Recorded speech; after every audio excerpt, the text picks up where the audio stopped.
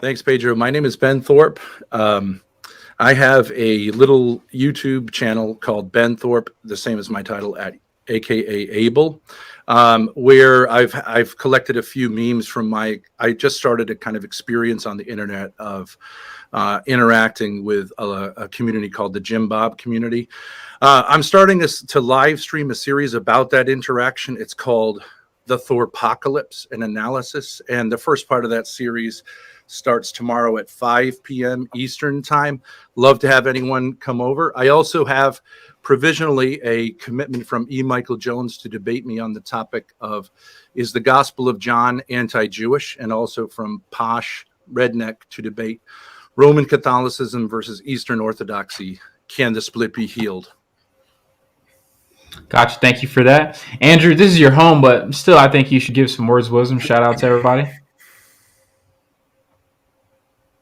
You're muted. You're definitely muted. Sorry about that. Just got home from work, right? So just readjusting here in the studio. One of my lights went out. I didn't have a chance to change the bulb. Anyway, my name is Andrew Wilson. I'm the owner of The Crucible. Hoping that I'll enjoy this debate. I don't have a lot of hope that I will. Mr. Thorp has been pestering me about it for several days nonstop, but we'll see when it meets the mesh how he does. Go ahead. Gotcha. All right, sir. So since you were the challenger, Ben, you get the first opening statement. You're going to get 7 minutes. So whenever you're ready, sir. Okay. Yeah, so I thought I'd lead off today. Our topic that I think we agreed on is, in today's political climate, people should, one, pursue conspiracy theories less, and two, respect proper authority more. And I'm taking the affirmative on that. So I thought we'd start by talking about today's news. The Queen of England died this morning. And of course, here you have the perfect locus of conspiracy theories and authority. And I'm actually wearing black today. It's my little tribute to the Queen of England, though I am not a subject. But I also had the interesting experience of going on the live stream that is brought about the Thorpocalypse, and I saw there that the intro was something like, "Hey, the Queen," I heard, "Oh, the Queen died. Isn't she a child eater?" I guess we should say, "Rest God, may God rest her soul in peace." And then, actually, she's probably been dead for years. Don't you guys know that? So that kind of little snippet, I think, is a good introduction to what I think the problem here is. And the problem, I think, is what we have here is a problem of authority, right? Who do we trust? And, what do we kind of question? And I think this is an historical problem, which we've been dealing with in the West since the split between Eastern Orthodoxy and Roman Catholicism back around 1054. It was exacerbated by the Protestant Revolt, or the Protestant Reformation, whatever you want to call it, in 1517. It was further exacerbated by the French Revolution. And there have been revolutions since then: the Russian Revolution, Bloody Revolution, World War II, most recently the sexual revolution in the 1960s. And people have lost a sense of what is proper authority, who can I trust? And the danger of that is that we can descend into a kind of, where we don't trust anyone, I would call it epistemological nihilism, that, what can we trust? And I think it's our task, especially for younger people who I know are watching the show, to really try to regain that trust, because we don't really have an alternative to that. And while conspiracy theories can be interesting, they can also lead us to a kind of spiral where we lose touch with reality. And so I think it is time for us to pursue conspiracy theories less and respect proper authority more. And I think one example of that is today. I think that as a human being, a fellow human being, we should save our conspiracy stuff today and pay respects to the Queen of England, who whatever you might think of her, spent 70 years in the limelight and lived a very, very difficult life and tried to maintain dignity when the world was sort of falling apart and her personal family was sort of falling apart and continues to. That's my statement. Thank you for that, sir. Andrew, whenever you're ready, I'll reset the clock on my side. No need. I'll yield my time. Perfect. All right. Who wants to shoot Yeah, I'll the go first I'll go question first off? if you don't. I'll go Sure. for it first if you don't mind. Ben, why should I trust you? Can you give me one good solid reason why I should? Yeah, this is the problem that came up on the live stream community. My name is Ben Thorp. I can tell you about where I live, but you should trust me because I'm another human being until I tell you something that doesn't. Do you tell your children that they should trust strangers, Ben? Especially adult males, like if they're walking alone in the park, your young children, do you tell them that they should trust adult male men because they're fellow human beings, Ben? I would say you have to be careful, but when they go to school, Well, why would they have to be careful? Those are fellow human beings, Ben. Uh-huh. Yeah, you just said that the criteria and qualification for why I should trust you is because you're a fellow human being.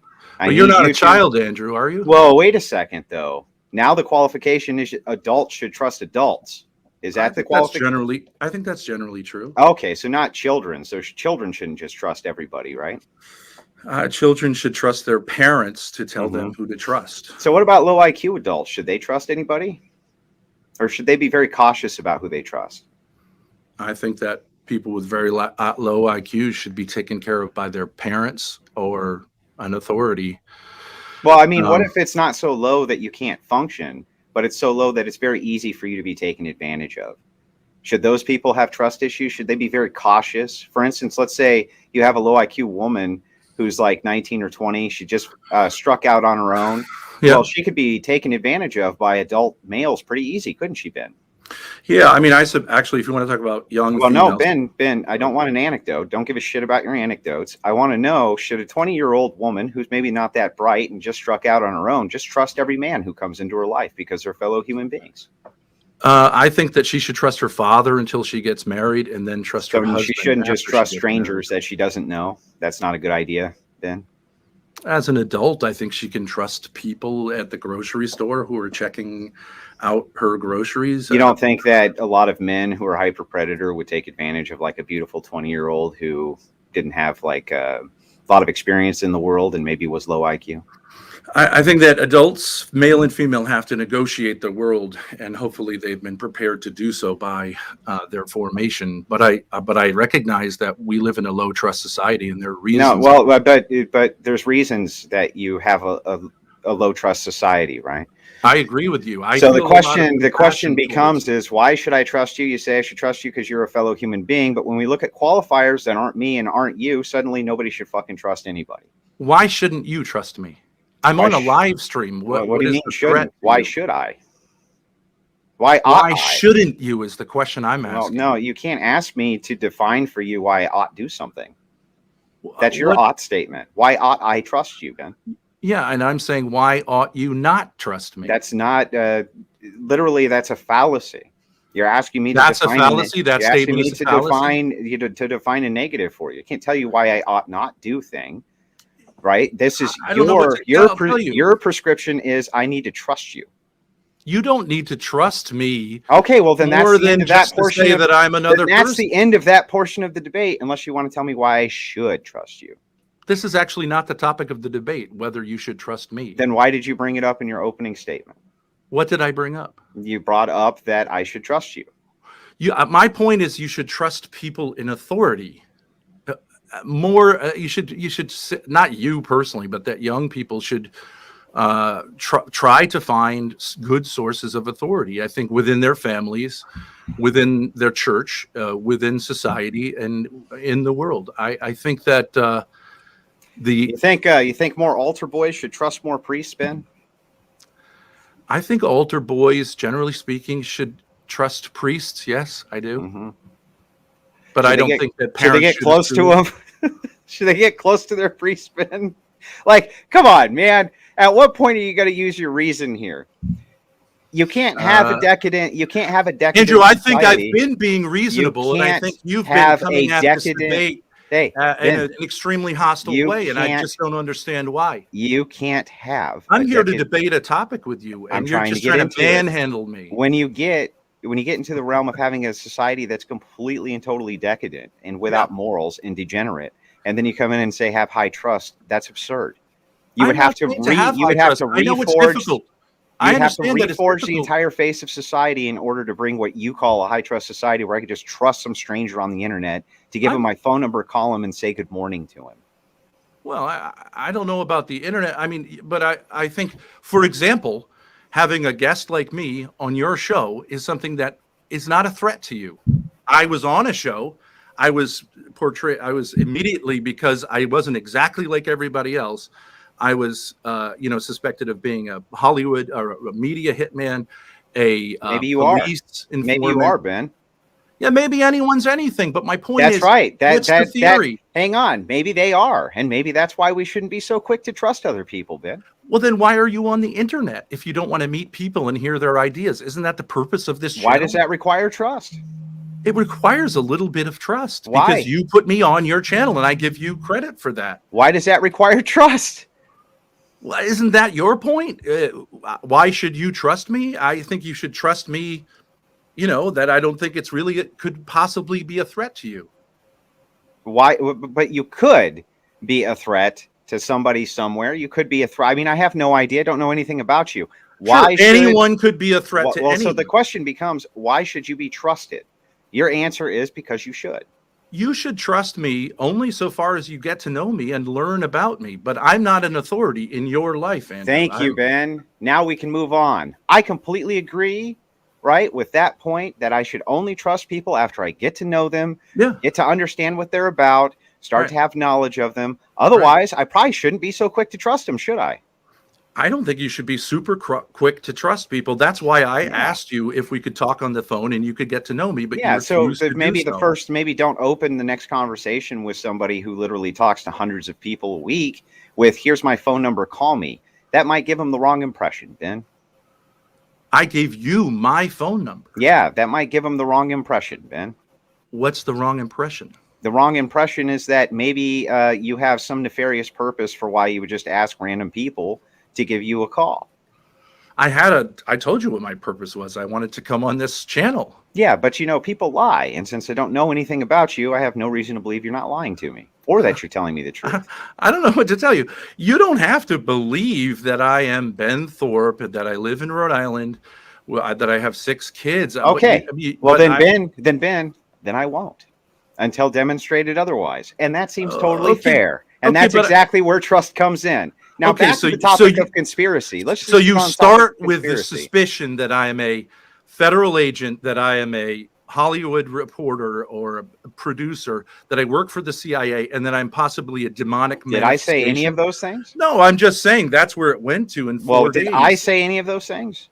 I don't think. Well, I don't. You're saying I start with. Did I say any of those things, Ben?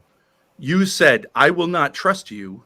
Did I say anything about you being a reporter or a federal agent or anything like that? No, I don't think you think that's well. Then that's called that's called a straw man. So you only can attribute my positions to me. I didn't say any of those things to you. Have I been hostile to you? All I said, and that you have I been hostile to you, Andrew? All I said, and the only thing that you agreed with thus far, and we both can come to terms that this is true, is that I absolutely shouldn't trust you until I get to know you. Would you say that I've gotten to know you? Okay, I would say that you should have come onto this stream with a little bit of respect for me, because you have no cause to be disrespectful of me, and I'm your elder, I believe, and I think you should have some respect. Back up. Sure. How exactly have I been disrespectful to you? You don't think you've exhibited an enormous amount of hostility towards me? No, I'm just an aggressive debater, Ben. You're the one who demanded I debate with you, so here I am debating. I didn't demand you. This is how I do it, Ben. It's not how you do it. You're a very generous debater, but for some reason... There's different styles. There's different styles that different people use. Well, why don't you aggressively debate the topic? Well, I just tried to steer us back to the topic. So if you'd like to get back on the topic of conspiracies, can you tell me what a conspiracy is? Yeah, if you want to define the terms, I think conspiracy theories kind of are theories that there's a secret plan which explains, what's going on in the world? You Something don't think along that those there are lines. secret plans that explain things that are going on in the world, Ben? I think there are. There are sometimes. There have been conspiracy theories that were true. I'm just saying the problem with Then they're not theories. They're conspiracy truths. Yeah, that's why I said some. Right. Okay. So which ones do you think are untrue, and why shouldn't we believe them? Well, that's not about that. The topic was not which conspiracies theories are true. My point is, and I'm not trying to be hostile to you, Andrew. I'm just saying I think it's an important topic. I understand how, especially younger people, but really our whole world has gotten confused as to who we can trust. And I think we need to be able to trust authorities beyond ourselves, because if we make ourselves the Pope of our own, that we are we're God, and what I think about is true, we get lost, and it's a very dangerous cycle. I'm not saying that you're on that cycle. I'm not saying that Jim Bob is on that cycle. I just think I see stuff that it concerns me, and I think we should take a kind of step back and realize that uh, I would say just badmouth the Queen of England on her death. I see it all over the internet. There's all these people saying all this stuff about her, and it just seems to me like that's a nihilistic path. I'm not saying you can't.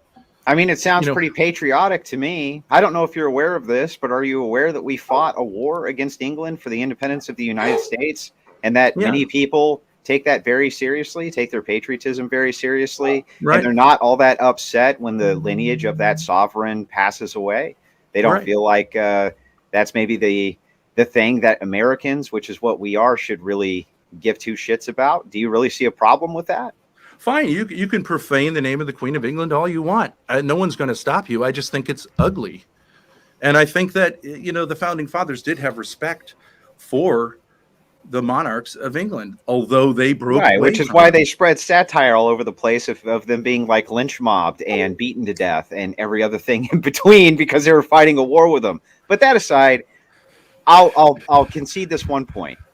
It isn't bad taste when anybody dies I appreciate to dance that, on their grave, right? Right. So I'll give it a day at least. So right? I'll agree with that. But back to the topic at hand, which is authority, trusting authority. Right. Should I trust scientific authority? Yeah, right. This is the problem. Some people say, well, trust the science, right? And I am science and these kind of things. And this has been a confusing thing over the last couple of years. I know we don't want to go there, but I do want to go there, which is why I asked. So if you're saying, Andrew, we need to have authorities that we trust, not conspiracy theories. Yeah. I need to know which authorities I should be putting my faith in. Should it be the scientific community? And let me say, there are conspiracies on the left and the right. I'm not just picking on the right, and in the middle. I believe I'm not picking on people on the right, and I'm not unsympathetic with them. You're not really answering my question, man. Yeah, sure. Okay, so are there is the scientific community often biased? Yes. There's politics that go into what you can and can't say as a scientist, right? That's true. So should I trust scientific authority or not? I think generally speaking, we trust experts. If I have a question about my house, I ask an engineer, and I would trust him until I see some reason not to. Until you see some reason not to. And do you think that people have seen a lot of reason not to maybe trust these so-called authorities? I do. I do. But all I'm saying is I don't think it's as simple as saying, well, I don't trust anyone, because that's kind of leaves you without any kind of... Nobody's position is not to trust anyone. I think it often does when there's a certain kind of conspiratorial... Whose position is don't trust anyone, ever, with anything? I've never heard such a thing in my life. Whose position is that? I would say I could give you an example of someone whose position that was. And yeah, please do. If I can pull it up. I can't. Yeah, take your time, Ben. I'm sorry. I just before... Okay, here it is. Just before I got on the stream here, I received a comment on a comment that I made about Queen Elizabeth. And it said, this person wrote, as a person who had military grade energy / mind control weapons used on me just for believing, quote, conspiracy theories, and was targeted for death, given COVID on purpose via a throat swab, gang stalked by citizens to drive me crazy for 5 years. No, we should not respect authority and stop believing conspiracies, because ironically, whether they were satanic murderers, they became that by what they did to me. And I'm assuming others, pretty sure I'm not the only one. I don't think the people or creatures who did what they did to me did it for free. I believe the government paid them, and is exactly what conspiracy theorists say they are, and worse, and people should listen to whistleblowers. Now, that's a person I would say who is mentally ill, and I'm sorry, I didn't see anywhere in the entirety of that comment him saying not to trust anybody ever. You think this is a person who has a reasonable amount of trust? That's not what I said. What did I say? I'm saying this is where I need you to repeat back what I just said. Creatures are attacking me. Nope, stop. I need you to repeat back what I just said, Ben. You said repeat something about back trust. what I just said about trust. What's my position here? I need you to tell me my own position here. Can you do that? I can't remember it because you started. You can't remember my position. Let me tell you my position one more time, Ben. Sure, my Andrew, position, but you could be respectful also. My position. I'm sorry. You can be a little bit hurting your feelings? Take a step back. Take a breath of fresh air. Karen. Calm down, Karen. I'm trying to talk to you. This is what I'm talking about. It's trying to talk to you here. You think it looks good for you to behave like this? Go ahead. Can you repeat? If you can't repeat back my position, I'm going to tell you one more time what my position is. That I can't repeat your position back to you, Andrew. That's correct. Okay. So one more time, my position is I don't think that there's people who are running around saying not to trust anybody. I think there are people saying that. And so when I asked you to demonstrate that, you couldn't, though. I gave you a demonstration of someone who's running around saying the government is attacking us and demons are attacking us and we shouldn't trust anyone. Not to trust any. No, never. That never happened. And anywhere in the comment did it say not to trust anyone.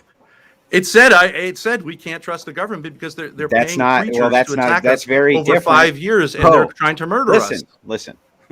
I need you to understand this. Yeah. Okay. Anyone is different than this group of people. Do you think it's fair? And you've already said that it's fair for me to say something like, maybe I don't trust scientism. You conceded and said, sure, that's true. Sure. Isn't that a totally different statement than don't trust anyone? Don't you think? Do you think that these two things are synonymous? You're the one who was kind of saying I shouldn't trust you. You're the one who's filled with suspicion, bro. For some reason. Do you agree that those are two totally different things? And I don't think you should call me bro, but you can. But I don't think you should call me bro. I think it's disrespectful. That's what we're talking about. Okay, well, I'm sorry you feel so disrespected, but please answer my question. That's more snark. Why can't you just be respectful? You think you're winning the debate by being unbelievably hostile to me? Are you going to answer my question, or are you just going to mule? Like, what do you want to do here? Okay. Like, all you've been doing is complaining and whining this entire time. Just answer the question. Okay, tell me your question again. Don't you think it's a different statement to say I don't trust this group of people versus I don't trust anybody anywhere?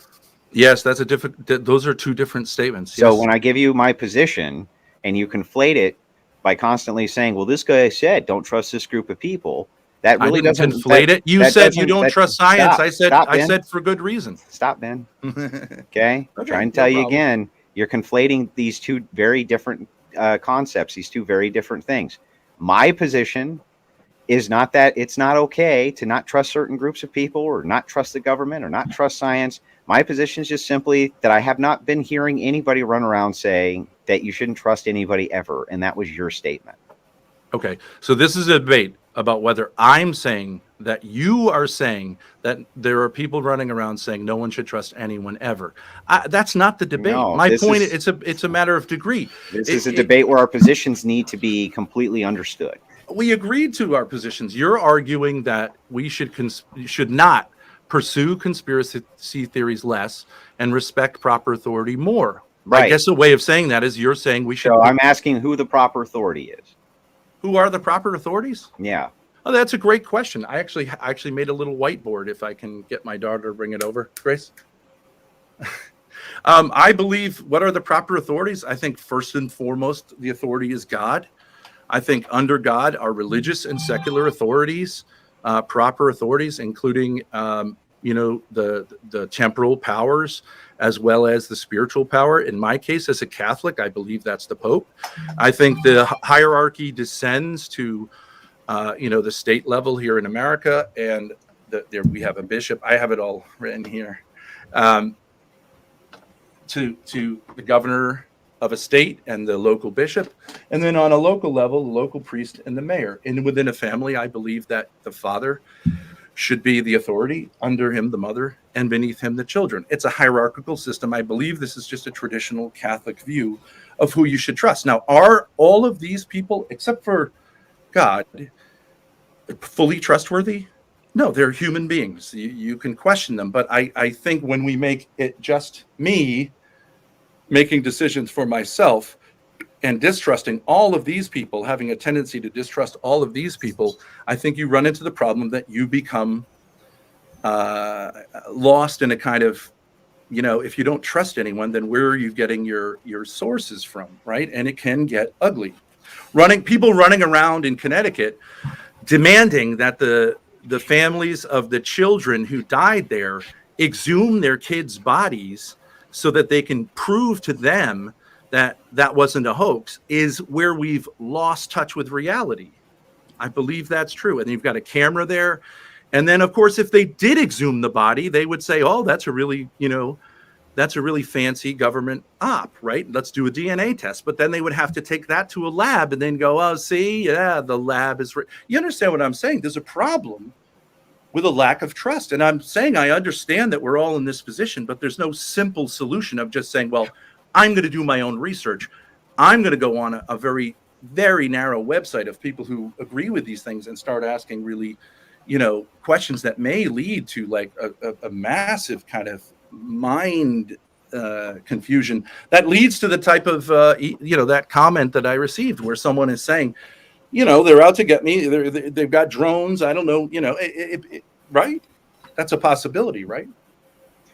That the whole explanation was so incoherent, I could barely keep up with it. I'm serious. I'm having struggling to keep up with this. That's why I made the whiteboard. Yeah, I know. I'm going to pull that whiteboard up so that I can see it better. Okay. I'll try to be good faith because I don't want you to whine that I was being too mean or whatever. It's okay. Okay, in today's political climate, the topic. Okay, so we're going to start with God, right? Right. Then we're moving over to the Pope. And can I just say one thing about God? There was a double rainbow over Buckingham Palace today. Now, what that means, I don't know, but it was remarkable. I don't give a shit, Ben. I want to talk about the chart. So let's talk about the Pope. Saying. So we're moving over to the Pope. Why should I trust the Pope? Why should you trust the Pope? Yeah. Well, I believe you're Orthodox, right? Yeah. Okay. I know that you don't trust the Pope, but you must trust. Yeah, but why should I trust? Should I trust the Pope? Well, I'll tell you why I trust the Pope, because I believe that he's the successor of Peter. That though, I don't care if you trust him. Should I trust him? I think that you should trust your religious leader, and I think that. Should I trust the Pope or not, Ben? Just answer the question, yes or no. Should I or shouldn't I? Okay, I don't think I think in a way yes, in a way no. Well, what the fuck does that mean? Should I trust him or not trust him, Ben? Well, I'm not a subject of the Queen of England, right? And you pointed that out. But I think that so I would say, should I love the Queen of England? I think yes, but also I think, right? So I understand as an Orthodox, you're split from Rome, and I don't know how you be Orthodox and also trust the Pope. I understand this is a problem for your community. Ben, I'm not asking about how my community operates. I'm not asking about what is going on in my community. I'm not asking about any of that. I'm asking a very simple question. Sure. Should I trust the Pope? Yeah, I think so. You think I should trust? Now, can you tell me why you think I should trust the Pope? Because I think he is the successor of Peter, but I understand why you have trouble seeing that. Although I don't think the Orthodox deny that. Okay. He's the bishop of Rome. Hang on. Just chill out for a second, man, so that we can try to make some progress here. Because I actually got an answer to the question, which was great. So You're saying that Let's be friends, Andrew. Let's be friends. So you're Let's saying talk. that I ought trust the Pope, right? I think that yes. Yes. Okay. So moving on, does that mean that I ought trust Catholic bishops? Yeah, I do believe that the Catholic Church is the one true church. I don't think that means you should trust in an unlimited way. I don't need the qualifiers. Just yes, I Okay. should trust the bishops. Yes. Okay. Should I trust then your local priests? Yes. So does that mean that I should then trust your mother and father as well? Well, you're not in my family. Well, You should trust wait a second. You should trust your father. Hang on. I'm looking at your chart. What's your chart start with? I don't know what that means. Up here, God. Yeah. What's it start with? God. And then Pope, then bishop, then local priest, and then Well, it's got a split, right? And then your mother and father. But we should be able to read that backwards too, right? First trust your father and mother, then local priest and bishop, then Pope, then God, right? I think you should trust your father. Should I trust your father? I mean, not especially. No, not any more than anyone But I else. should trust your Pope. It's not my Pope. It's your Pope. It's our Pope. Well, right? no, This I mean is the problem. it's your Pope, right? And I ought. Well, trust you have him. your own Pope. So No. I mean, I'm just trying to go through your line of logic here. So let's move up the left side. Well, let me go through your line of logic. Okay, let's go through mine. Don't you have a similar hierarchy? Yeah, but I'm not telling you what you ought do. You're not telling me what I ought do? No. But I'm asking you, do you or do you not trust religious authorities? Do I trust my Scripture? own religious authorities? Yeah, Many of them. Good. And many of them I don't trust. Right. I mean, I'm not saying that we trust everyone here in an unlimited way. Of course, Andrew. Right? Okay, great. I mean, so now moving up the left side of the list. But if we get rid of, if you didn't have those authorities to trust, and it was just dude, chill then out. It's a problem. Chill out. I just trying to walk through this so that I get the mindset down. Okay. So going up the left side, we're going to start with your mother and father again, and then we're going to move on to the mayor. I should trust the mayor? I think you should. Yes, I believe that. Basically, if you're in a town, you should trust the mayor. I'm not saying, well, okay. Yes. If the mayor says we're doing this, I would. And then that him. means your next logical leap up is I should trust the governor. Yeah. And then I should trust a king or a president after that. Yeah, I think that we should try our best to, and if there is mistrust, work it out. Yeah. Okay, gotcha. So I think you know this. Hang on. Now I got your list. I've got your list down. Can you tell me why I should start by trusting the mayor? Because he would know the answers if there's a question that you have. He would be the first person who you would go to say what's going on in my town. Now he might lie, but normally speaking, you would say, okay, yeah, he has an explanation, and he would know because he's at meetings where things are discussed. Yeah, right. So the first person you go to if you have a question about what's going on in your town is the mayor. No, but I mean, if you look then why did you just say that that's the first person you'd go to in the town if you wanted to know an answer to a question, Ben? I mean, if you look in the newspaper and the mayor said this is what's happening or this is what happened, that would be the source. Yeah. Okay. So you can say. And then why should I trust the governor? For the same reasons. Because if I had a question about my town? Well, they have competency. Oh, right? Competency. In other words, they have access to the people who would know the answers to these questions. Now, are they always trustworthy? Not necessarily, but I think your first impulse would be to say, if the governor said X, that person would know more than some guy, who lives next door who has some kind of other angle, like what's really going on here is whatever. Okay. Yeah, I do think. Yeah. Don't you think that? Don't you think that? Well, when we had lockdowns recently, yeah. Would you say that those lockdowns instilled a lot of faith and competency in the governor of Michigan? I think that, yeah, like I think those things were handled poorly. But I also what's the sympathize. answer? Do you think that I should have trusted her, or do you think maybe that I would have been served by having a lot more distrust for her? Which thing do you think would have been more likely here? I think you have to balance, and I know it's difficult because No, I'm asking you which thing you think would have served me and my family best? My skepticism Do you live in Michigan? or blind trust? I do. Oh, okay. Yeah, no, I'm in Michigan. Yeah, but I'm not speaking of blind trust. I would say the only figure here, and this is in very limited degree, is the Pope when he speaks infallibly. You have a kind of Pedro, you got to put your phone on airplane mode or something. Somebody's phone keeps going that's off. not me. Okay. I think it is me. Yeah, someone's blowing you up. Anyway, back to where I was at with the line of inquiry. Okay, so I understand your basic argument here. So we'll get back to this now that I've seen your little whiteboard and things like this. It's Okay, pretty big actually. so Grace, can you get this out? let's start. Hang on. So let's Grace. start with number one. The number one thing on the list: Sure. trust your mother and father. You should definitely do that, right? I believe as an adult you should trust your father. Yeah. Not What your if your mother. father's a conspiracy theorist? Yeah, I think you have to work that out. I'm not Well, saying that hang every. on. What does that? Wait. What does that mean? Work that out. You want me to trust in the authority? But as a of my child, own- I hang think on, you should. of my Okay. father. He's a conspiracy theorist. Yeah. That's the highest on your list of trust. That's not the highest on my list of trust. Well, you said I ought trust father, right? But what if father's? I believe that's a conspiracy good theorist? starting point. Yes. Yeah. So what if father's a conspiracy theorist? Should I ought not trust him then? I think it depends. If it strikes you that the conspiracy theories are like what is that I read on my phone there, I think you would say, I'm having a problem trusting my father, and that's a real problem in a family.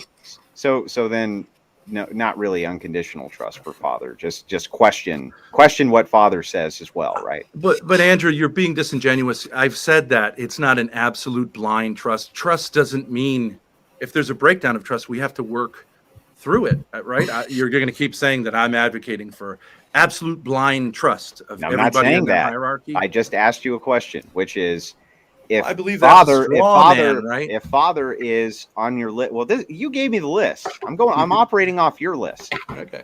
Okay. You Yeah, start sure. with your mother and your It's father. nice to see you smile. I'm and glad we're a little bit. You said start with father, right?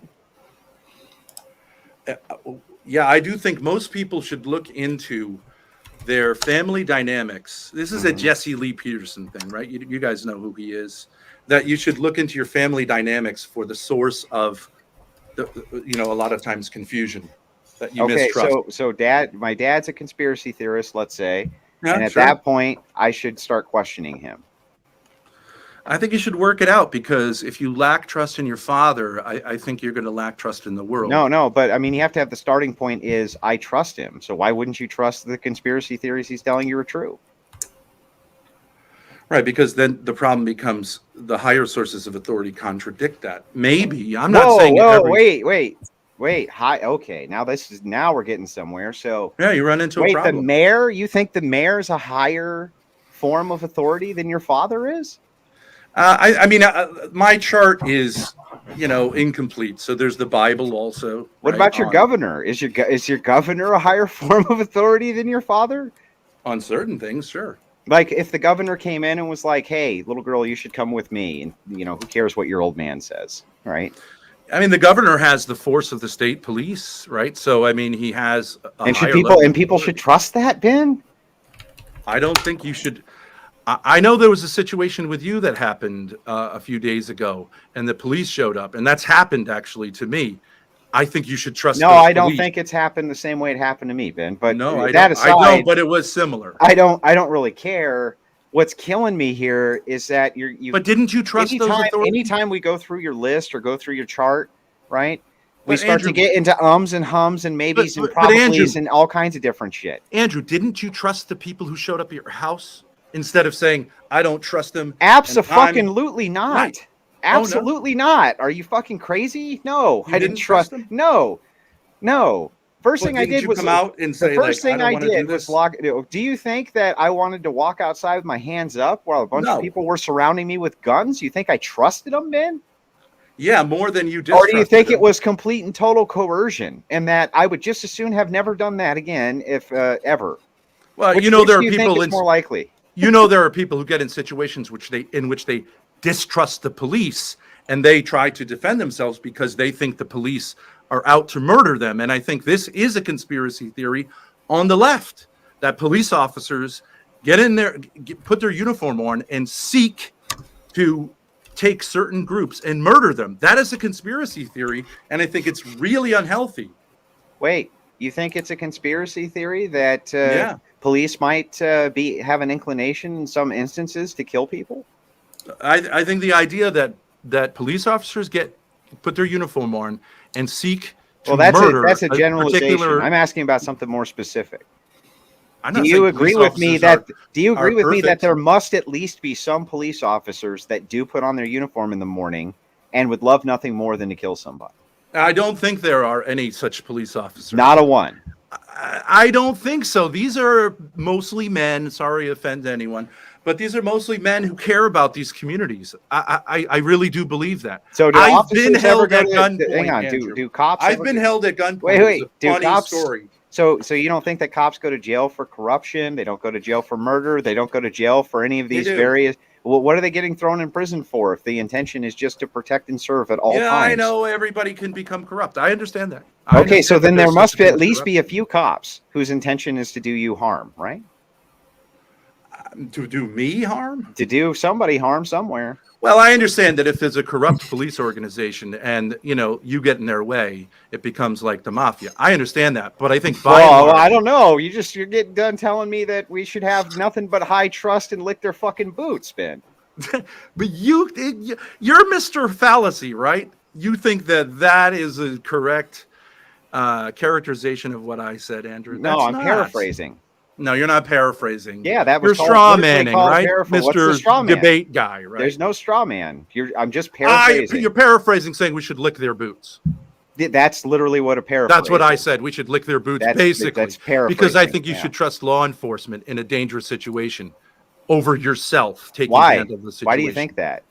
Why do I think you should generally trust law authority? Yeah. Because I think they've handled these situations. They've been in this situation, and I think that. You don't think that they exacerbate certain situations big time? Like, I don't know. They're often put in difficult situations. Do you think that the Branch Davidians should have trusted the ATF, Ben? I think, okay, that's perfect. I think the ATF was put in a very difficult position there. You cannot have, an armed group. I'm not saying what they did was right, but I don't think it's super clear that you can have that you can get a camera and have an entire convoy of cattle cars coming in for a massive photo op for a bust, fuck it up so badly that you end up burning to death hundreds of women and children. It's a terrible tragedy. I don't think it's more than a fucking tragedy, Ben. It was complete and total incompetence, and a bunch of apologists for it, like government bootlickers such as yourself, have been running around telling us that it's tragic, but it's the exception to the rule. No, it was stone cold fucking murder. They pumped the whole place full of gas, lit it on fire, and butchered women and children. And they did it all live. They did it live where we could see it. And nobody. Then you are advocating. Ben, nobody was held responsible, Ben. Nobody was held responsible. And you're like, pretty please, won't you have a little bit more high trust? Well, don't trust the conspiracy. By the way, the only reason we even have any information about what actually happened there was because of the conspiracy theorists, Ben. Okay, what's the conspiracy? The conspiracy was that the ATF was fired upon first, was simply defending themselves. They were trying to pump the place. Wait a minute. This is the conspiracy theory, or this is the narrative? Is the ATF's narrative. Okay, so that's not the conspiracy theory. No. Well, I have to tell you the narrative before I can tell you how conspiracy theorists cracked it. Sure. Okay, their narrative was that they had no choice. They filled it with some gas. One of them accidentally threw in an incendiary grenade. It was such a tragedy. But we can see from air cam footage now that there was agents who were propped sitting behind the actual compound, and they were murdering women and children as they were running out on fire. And the sniper who was present at Waco later was sent to Ruby Ridge, where he put a bullet through a little baby and her mom in the same shot. Same guy. Now, who the fuck do you think figured all this out? You think that law enforcement came out and was like, well, let me give you the truth, guys? Or do you think that there was a ton of pressure from people who questioned the official narrative because they didn't trust the fucking government? Well, I think that, I mean, I don't know the details of this situation, Andrew. I Well, don't no know. shit. If you did, you might not be so inclined to just bootlick for law enforcement, Ben. But what is the rest of the theory that the ATF seeks to murder people? What is Well, their wait, incentive to do this? nobody said that they seek There was to a murder government. people. But what I am saying is Well, what was that their motivation? hang on, government agencies should not be trusted as high forms of authority to make autonomous decisions with no citizen oversight. And the only reason we have that citizen oversight is because we can't fucking trust them. But you don't have oversight of every situation. Sometimes a police officer's in a situation, or an ATF, whatever, is in a situation that gets out of control, and they have to have the authority to try their best. No, And they may have they're failed. just citizens in costumes, Ben. They're citizens in costumes who are given They training. have authority. They have proper authority. Yeah, but And you shouldn't trust their authority just because it's that's given what to you're them. saying.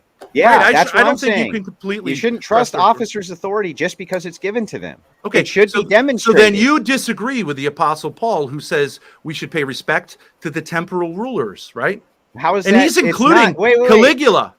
He's That's including not- the Emperor Caligula. First of all, that's not disrespect to anybody. because he says they were placed there common by sense, God.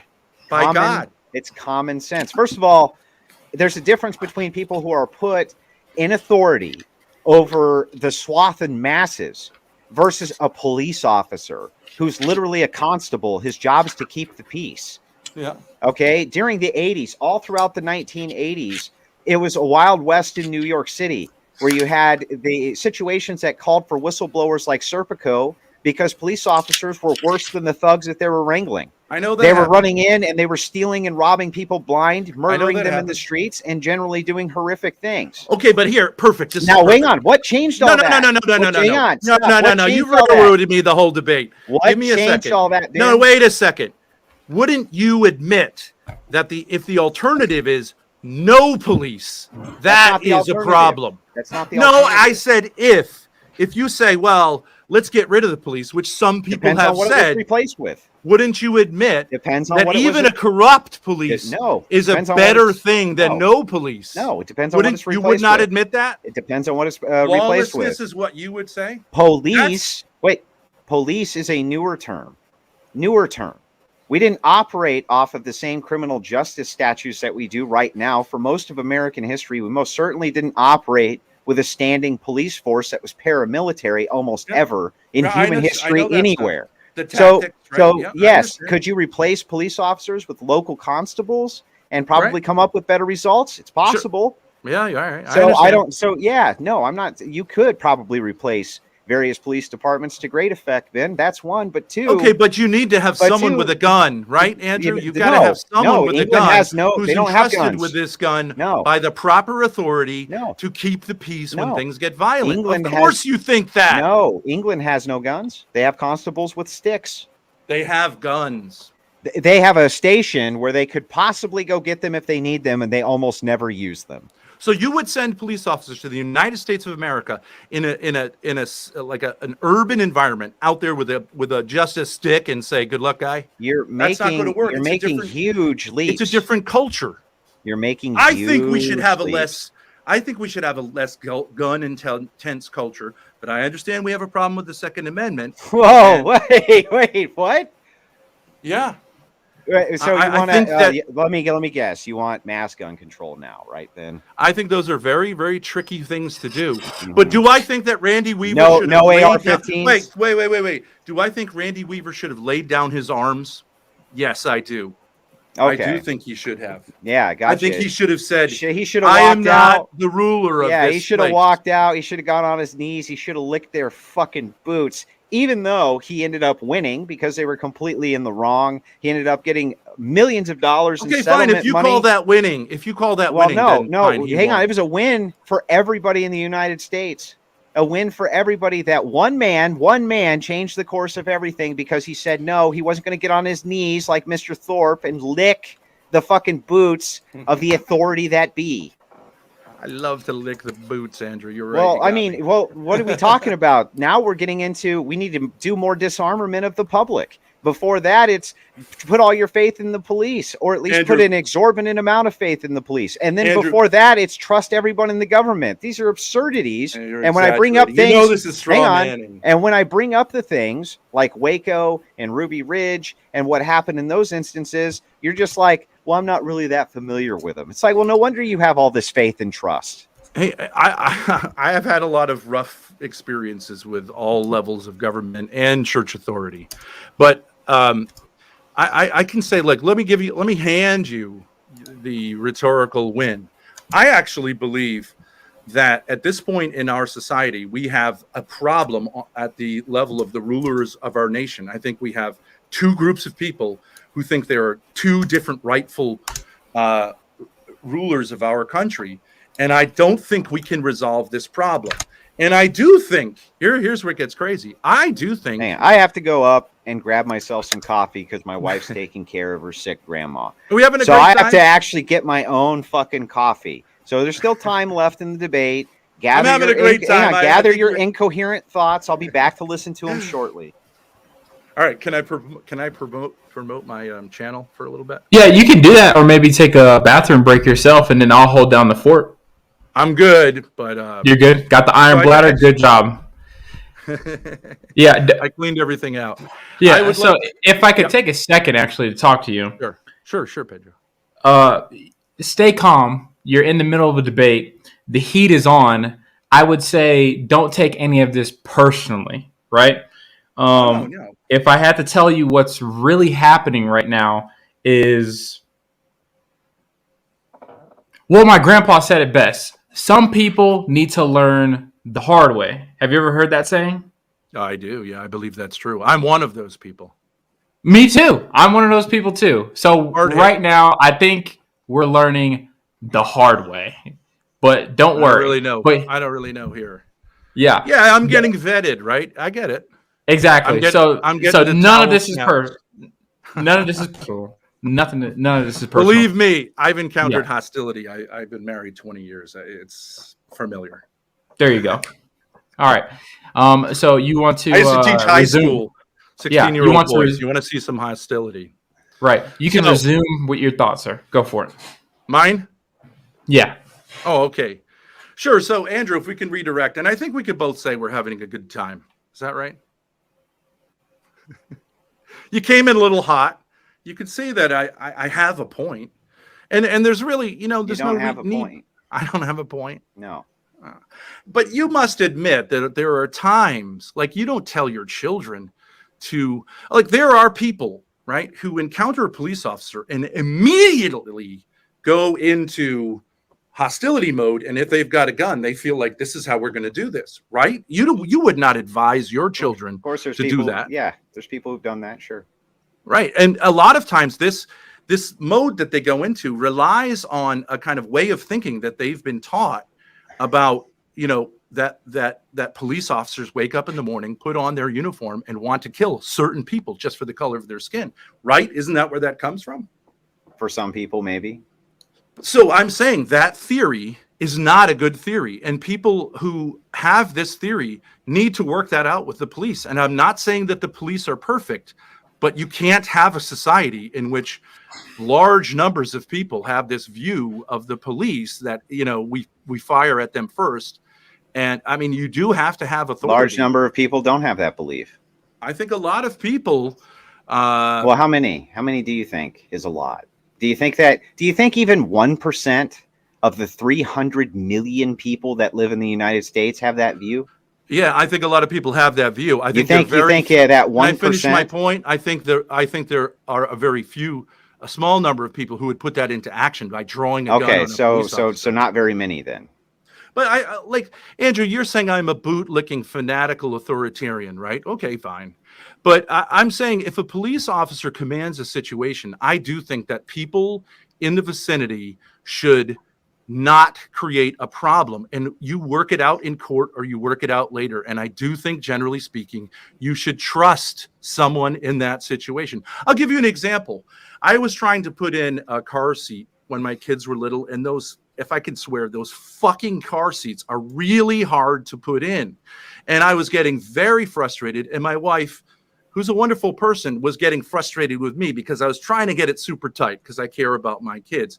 And I got exasperated, and I exited the car and just threw the keys on the ground. I said, fuck this, right? And a police officer just happened to be there right at that second.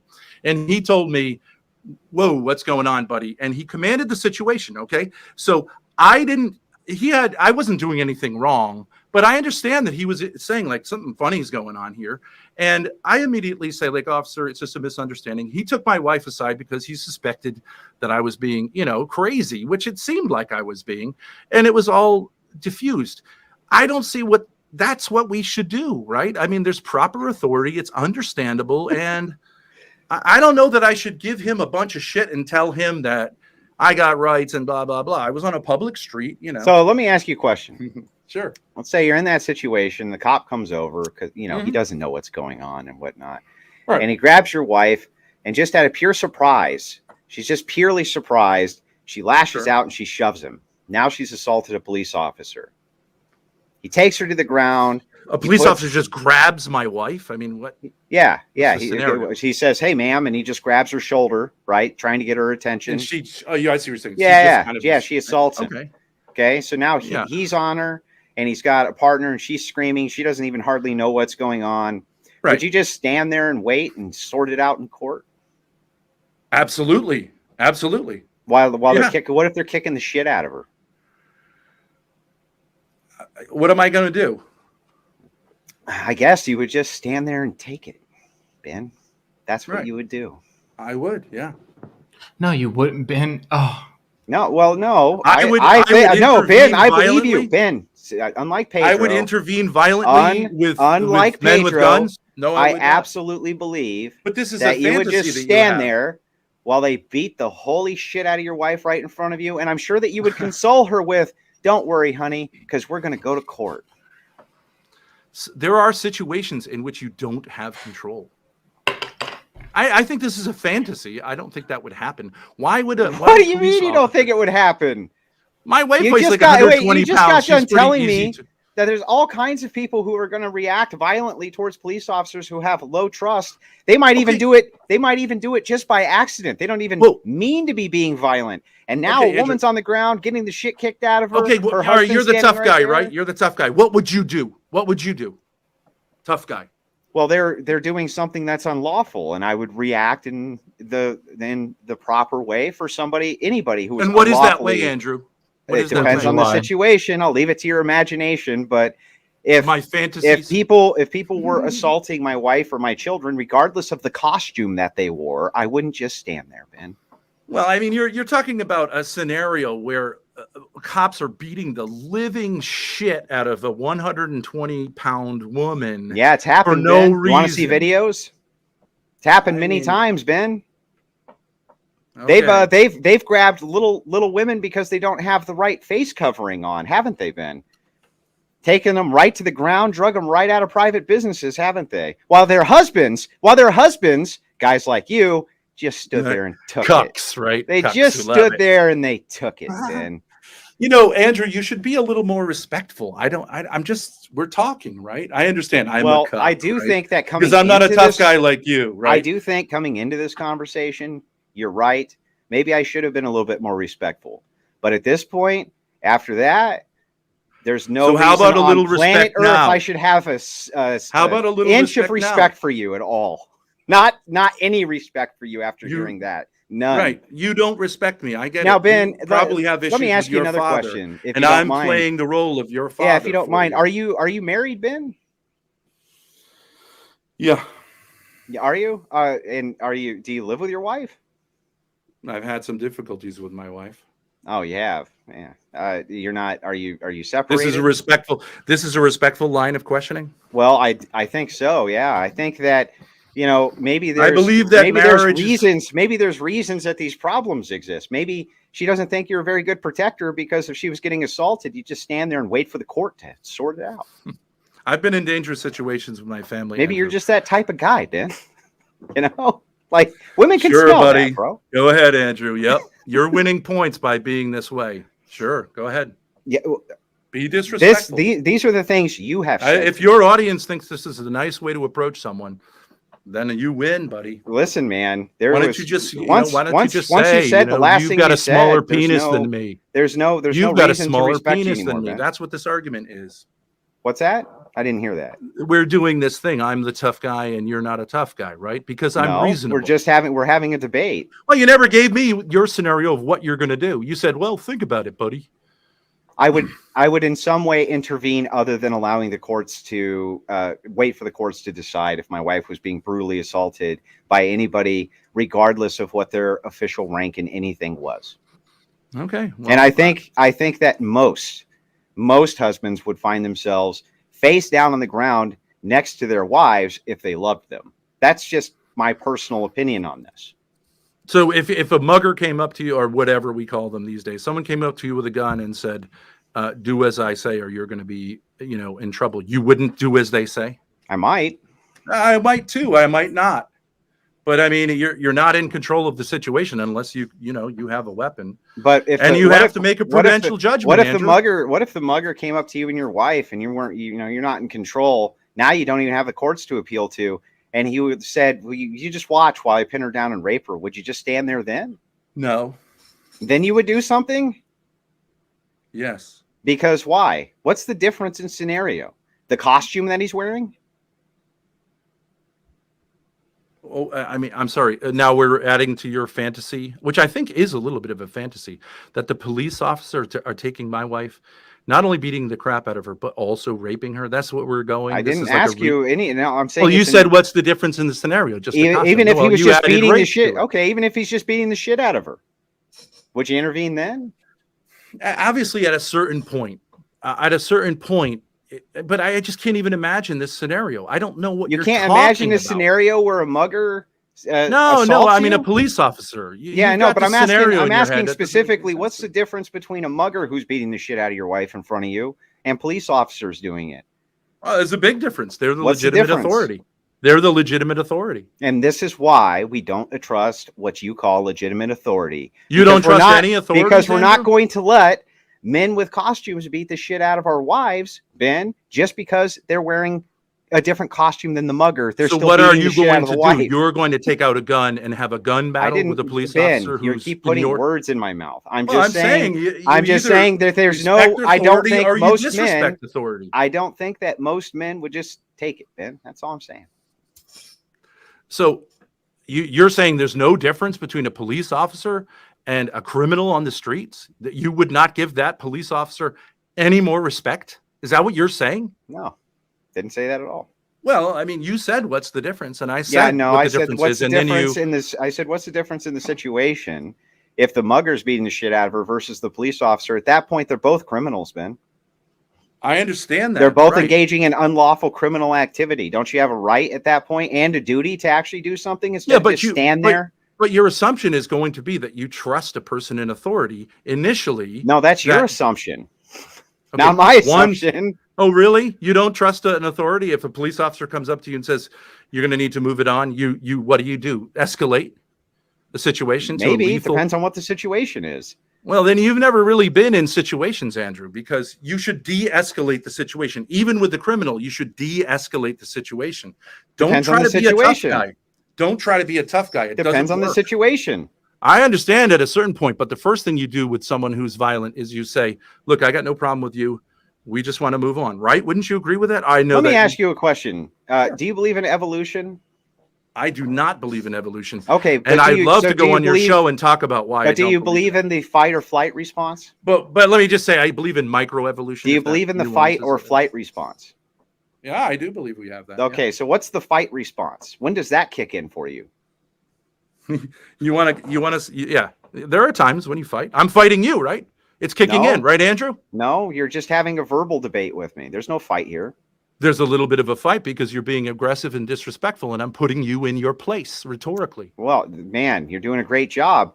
But that aside, I'm asking you. I am doing a great job. Are you saying that using an overt amount of force and aggression doesn't defuse situations? It can. Okay, then. So when I say it can escalate. So when I say it's situational, you agree with me. Thank you. I agree. Right. Good. But I'm saying you should initially respect authority. And of course, Andrew, you do. when a police officer stops you, you do not hit the gas with your family in the car. Well, wait. You pull over and you I'm being very carefully wait, aren't I being reach for your coerced? registration. Wait, I'm being this coerced. idea of being a tough guy. This is the problem. Wait, you though, have I'm a being kind coerced. of What are gun you talking first about? mentality, but that's not a good situation. I've been in Well- situations. You've been in situations. Everyone here has been in situations where someone's driving dangerously. Ben, right? Ben, Wait. And your instinct is to hit them back, and you've got to put the brakes on. Right? We're No, not that's tough guys. Well, that's not my instinct. As but fathers, again, it is your instinct. this has nothing to do. You keep saying tough guy. It's bizarre. I'm talking You about came how on here like a tough I guy. literally am talking about how I believe most people respond in these situations. Most will respond in these situations. Now, if we want to be logical about this, which we should be, yeah. if the bright flashing lights weren't behind me, signaling for me to pull over, there's a consequence if I don't, right? Yeah. So I'm being coerced, right? Yes, you are being okay. coerced. So what's going on is that there's a threat that something will happen. So what I'm doing is obeying authority, not respecting it. Well, I mean, okay. Well, if you want to make that distinction. Well, I mean, fine. it's a distinction with merit. You can obey because you're being coerced and have zero respect, right, Ben? You don't respect a police officer for the job he does? Not simply just because he's a police officer, he hasn't earned my respect yet. Oh, every police officer has to personally earn your respect? If he wants me to respect him. Really? Oh, yeah, that's every a very human being on view. every human being on planet Earth has to earn my respect if they want to be respected, and vice versa. That's right. That's it. That's exactly the problem. Every human being on Earth has to personally earn your respect. Mm-hmm. That's the problem, Andrew. That is not true. It's not possible to have a society in which people say that and live by it. That's not true. Okay, you give should me an example of why legitimate authorities. And you say you're a Christian. Tell me again why that's not true. Because Paul, okay, as a Christian, don't you recognize that the Apostle Paul said you should respect authority? So when we're talking about whether he didn't say, hey, unless you're Andrew, and then he needs to earn the respect. Calm down. Listen, when we're talking about why so hostile? When we're talking about respect in the commons, I'm winning this debate, and you know it. I've got better lighting. Yeah, when you're talking about respect in the commons, that's different than talking about personal respect. You understand the difference there? Well, you said you don't respect a police officer per se, unless he earns your respect. Right. Don't respect him just because he has a uniform on. You don't respect the badge? No, not just because it exists. Okay. Do you respect a successor of Peter in the Orthodox Church? Do you have respect for the priest as the bishop's whatever, do I have respect for that office? Yes. Yeah. Yeah. What? Yeah. Okay. So why don't you have respect for the secular authorities? Because they're secular. Okay. But you understand that part of Christianity is that we respect the secular authorities, and the Orthodox Church has too that much we obey. That we obey. You respect the authorities. No, Andrew. No. That's not the teaching. You should ask your priest. So let me ask you. Let me ask you a question. You just respect everybody. I'm winning. You just respect everybody, or no? I love my chat. Everyone's supporting me. Thank you. Yeah, all three of them. So I know, because you didn't promote this debate.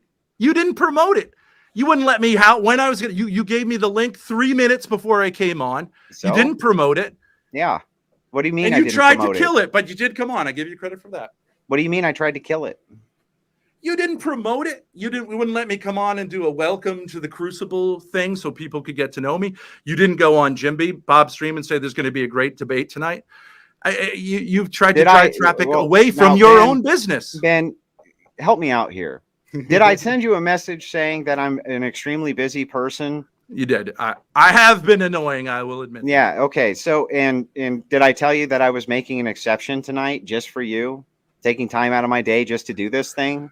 And I think you've been glad you did, right? We were having a good conversation, right? It's I interesting. So far, it's been pretty annoying for me, but yeah. But I mean, in terms of the channel, I appeal to Pedro. It's fun. It's an interesting debate. It's hot, right? You come on strong, I push you back. It's fun. Not hot like sexy. I'm just saying. It always definitely is watching Andrew debate. It's fun. It's very fun for us. no. I've just been I'm doing a watching. good job, aren't I? No, you're just making a fool out of yourself, and I'm enjoying playing Come with on, my give food. me the chat. Give me some love. Give Yeah, me some love. I'm doing a great job. In up here. fact, You have been everybody entertaining here as well, in this, Ben. everybody Thank here in you, this chat, yes. make sure you go. I love this guy. Make sure you go over to Ben's chat and tell him just how great he's doing. Make sure I that you do I that. need to boost myself because you put me down and you said that my wife, you get into stuff, Andrew. I wouldn't get into your wife. I mean, I wouldn't get into stuff about your wife, nor would I get into your wife. I'm not. Wait a second. If you make the information public, right, meaning you tell people that this is your situation, they're going to draw their own conclusions based on your actions, right?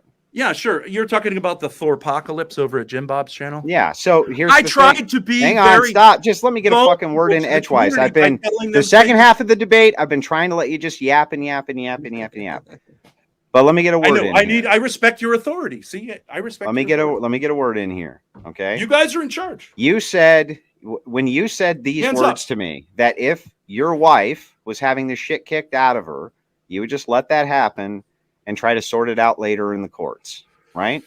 I would initially trust. So you had all the chance in the world to earn my respect, and that statement, it killed all of that chance. It's all gone. Yeah, now. but you would do the same thing. You would concede the situation to police officers, assuming they're going to be reasonable.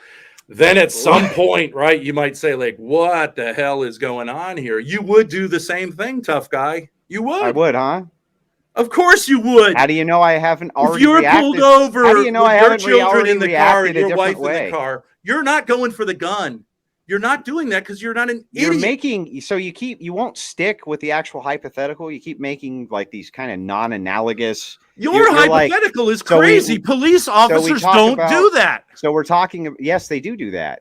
I'll give you an example. I'll give you an example in Michigan of a woman just not wearing the proper face gear and getting the shit kicked out of her by police officers. Yeah, well, usually there's more to it. Do you think that it was okay that bystanders just kind of cruised by and watched it happen? Don't you think that that's the same exact mentality that leads to bystanders allowing women to get thrown in the trunks of cars while they just stand there and stare at it? Generally speaking, okay, I'll go there, right? Generally speaking, if a police officer is handling a situation, I would not intervene unless the police officer seemed like he was shot or something like that and needed to, generally I would leave that to the police officers. I wouldn't go and create a terrible situation for that police officer. I would not. Nor would you, Andrew. Do you have like no duty to stop people who are doing bad things just because they're wearing a certain costume? How can I judge the situation? See, because you have judgment. But if I see a police officer hitting someone, male or female, your wife. Okay. There I have judgment, but I'm saying you said bystander. And what did you say you would do with your judgment? You would fucking just stand there and take it. So if you see a police officer handling a situation with violence, you would stop and you would take control of the situation. You wouldn't do no such thing. And that doesn't mean you're not a masculine man. It just means that I'm not talking about Ben. I'm not talking about every situation. Bystanders. You said literally bystanders. Talking about a singular situation. You keep moving around to everything that I'm not talking about. No, you brought up bystanders, and I'm talking about bystanders. No. The problem here is that you stop. Okay. When I brought up bystanders, con respecto. When I brought up bystanders, I was talking about bystanders witnessing a kidnapping and doing nothing. No, you were talking about police brutality, which I think does exist. Do you want to roll back the tape? Because I'll show you. If that's what you want to do. But what I was giving an example of was a case that happened where a woman was kidnapped in broad daylight, stuffed into a trunk while bystanders just watched. I thought you were talking about police who did that. Well, I know, because you're not understanding the words that are coming out of my mouth. You go all over the place. You won't just focus on what's being said. I'd like you to engage realistically with this hypothetical without moving the goalpost. Let's not move the goalpost. Okay. This happened outside of my house when I used to live in Providence. There are situations. There was a bar that was near my house, and there was a brawl, and it got out of control. Someone intervened and got stabbed to death, and I think that's a great thing to do. But a lot of times, it's imprudent You don't know what's going on, and it's I don't know. Is the person a martyr? Because that's what Jesus calls you to do. Stand there and do the thing that's the most prudent when horrific things are going on around you. We are right? always called to do the most prudent thing. That's correct. Okay, Prudence so always should guide us. But so you don't understand. So wait, the term so you prudent. should be prudent while somebody's being stabbed to death in front of you because you're worried you might get the knife too? Do you know what the word prudence means? I'm going to tell you something. Let me tell you Sure. a story. Yeah, great. There's a Great guy I storyteller. know Yeah. who I think literally is a horrible guy. His name is Big Tech. Real fucking scumbag. Okay. I don't even believe that guy for a second would be walking by while somebody was getting knifed and just be like, well, it's not prudent for me to get involved because I'm afraid I'll get the knife. I don't think that he would allow a woman to get stuffed into a trunk of a car. I don't think that he would allow his wife to just get beaten by police officers while he stood there. I hate this fucking guy. And I don't believe that he would do that, Ben. Okay. I mean, let's do a real scenario. If you're living on a border town in Mexico where there are cartels that basically run the town and they do things, right? And the federales don't know what to do, right? Would you intervene in that situation? And they do wrong things. I'm saying, are you going to, I really think the local populace can't do anything. Again, right? It depends on the situation. Yes, we exercise prudence, which is why I'm being specific with situations. Okay. And you can see the more specific we get, the more the contrast and divide within our worldviews becomes, because a lot of times from your worldview, you're really doing Catholicism, kind of the most weak-kneed thing you can do, which is I'll get you later after you've already broken her face or stabbed that guy or this or that. If you want to know why society's actually fucked up and low trust, it's because they can't trust men like you to intervene when horrific things are happening. Is Christ your Lord? Is Jesus Christ your Lord? Yes. Did he say, do not return? Did he say, turn the other cheek? Did he say, those who live by the sword die by the sword? Okay, so you're not. Those were commands, not suggestions to you. You're not living by the sword by intervening if somebody's being horribly abused or assaulted. That's not living by the sword. Many look. Can you concede that that's not living by the sword, man? I'm not saying I'm a tough guy, right? And the apostles also had a sword with them. Okay, but can you concede that that's not living by the sword? I think that you're a person who likes to think he's a tougher guy than he is. I don't even know what the fuck you're talking about. I'm asking you a specific question. I've been in dangerous situations. A lot of times when a violent situation is going on, it can't be dangerous for you. You just fucking stand on gang. You just stand there. How can you have ever been in a dangerous situation? If anything dangerous is going on, Ben Thorp is in the corner just standing there going, oh shit, what do I do? I've intervened in situations. Holy shit. I've intervened in situations that were dangerous. You have you? Tell me that kind of story. I went to court against the head mafia family in Providence, and no one would go to court with me in the neighborhood because they were all tremendously afraid of this family.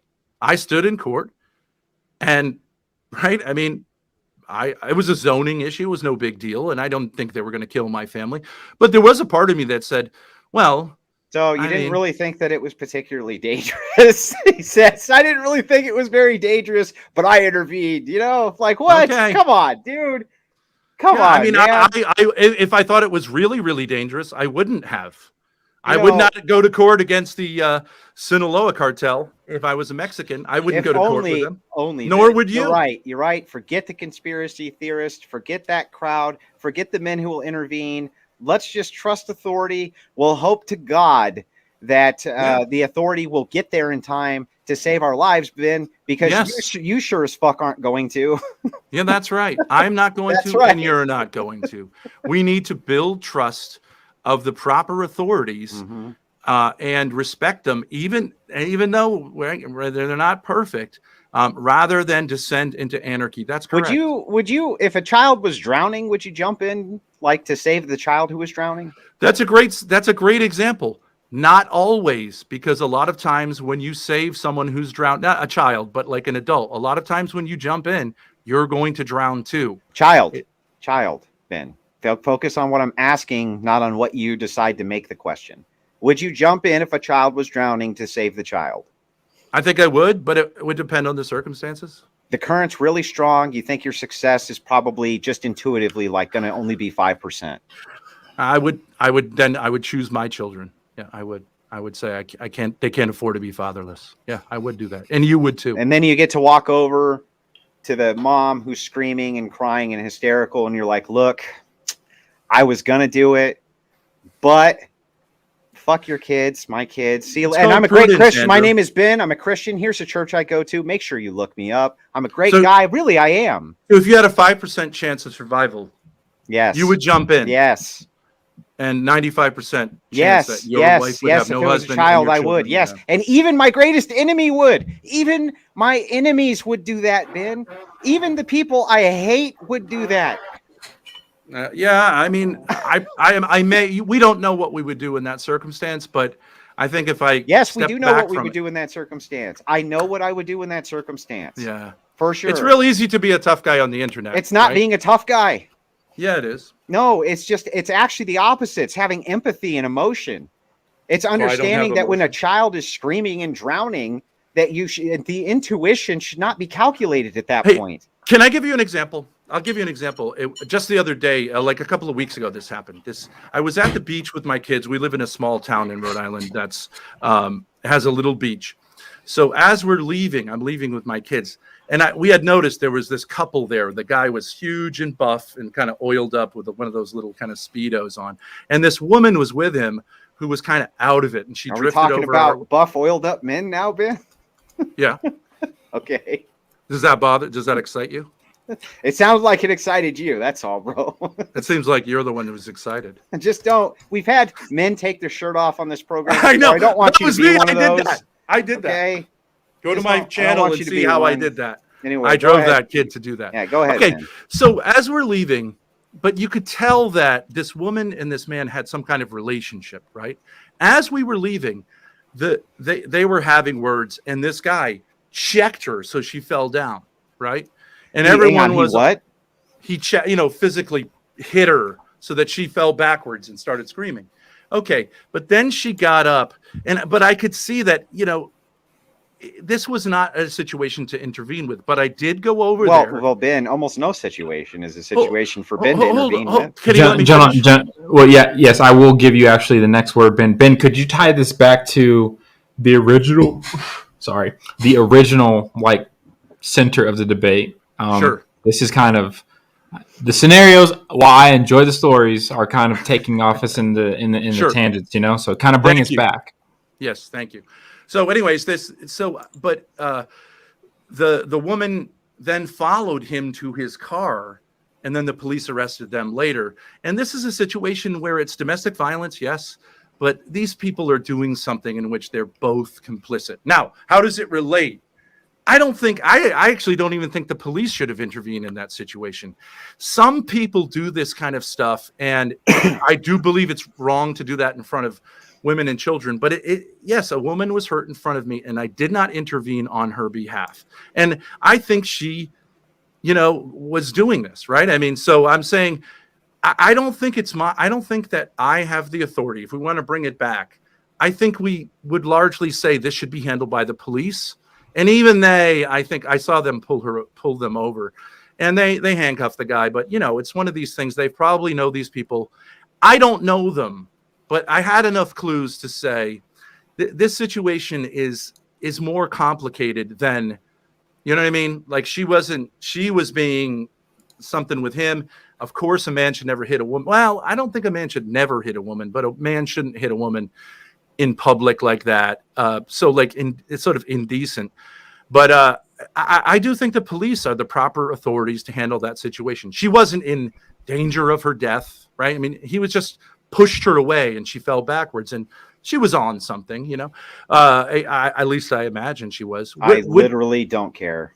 Well, I'm saying, wouldn't you sort of give that to the police instead of saying, I don't know. I don't know. I wasn't there. I don't know what the individual situation is, but I do know what Ben Thorp's general rules for life are, which are to limit your risk to the point of absurdity, even if there's any chance that Ben Thorp himself might get hurt, might get harmed, might in some way lose something in the engagement. So here's what I suffer from. It's a terrible affliction that I think most men that I know suffer from. It's called guilt.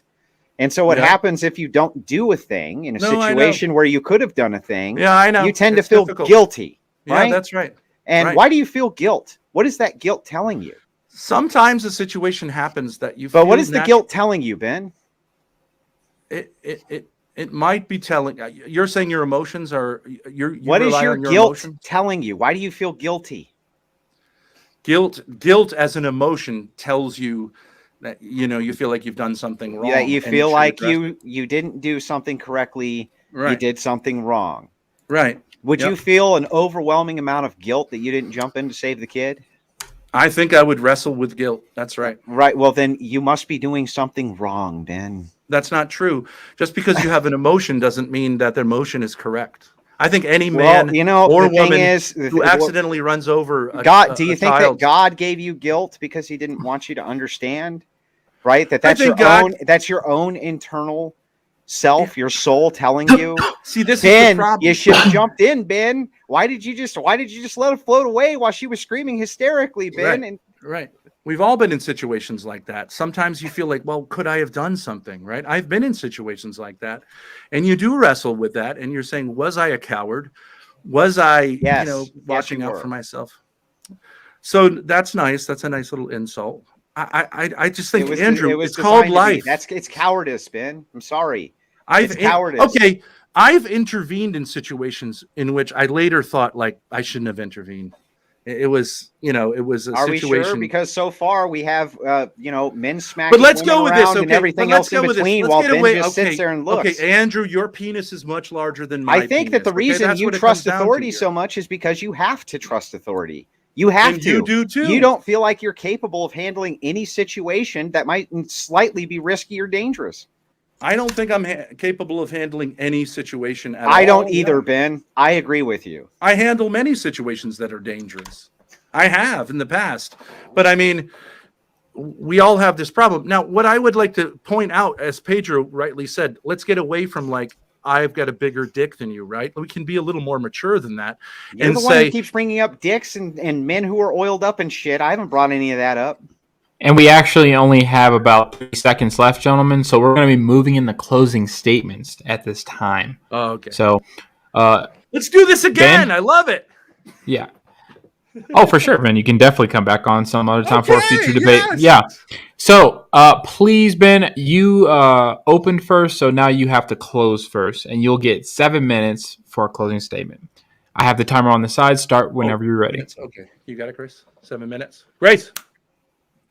Not paying attention. Okay, so yeah, I started out with my point that we should pursue conspiracy theories less, not never, and respect proper authority more. And I think that our world is at a point now where what I talked about in my opening statement, this tendency to distrust and only trust myself, and then even I'm going to start mistrusting myself, has broken our world and caused us all to have problems with paranoia. I think in our nation, we have a problem that we have two groups of people who really don't talk to each other and see things in diametrically opposed terms. I think Biden's red speech for one group of people was a call to arms. We must destroy the enemy. For another group of people was we need to defend ourselves because they're coming to get us. And I think that is where our world has come to in discourse.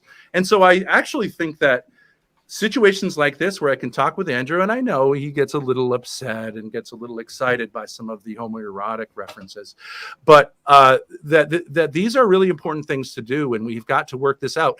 We can't just descend into little groups that are just awaiting the apocalypse. And I would suggest, I meant to give this to Andrew before, I would suggest that, I don't know if I said this, but that our problem could be helped by the new sovereign of England, King Charles III. He could maybe intervene as an ex-colony and try to help us work something out, because I think we all know that we're on the brink of civil war. And I also think in Ukraine and Russia that those are Christian people who do not want to be slaughtering each other, but they need to be able to talk to each other. And I think someone like the Pope could try to sit those people down and work it out. And I think that it's very difficult to do so, and we can be cynical and we can say no one trusts anyone, but the only alternative we have is anarchy, and I don't think that we want to go there. And I'd love to keep talking personally. I actually really think, let me just tell you one theory about the internet that I have.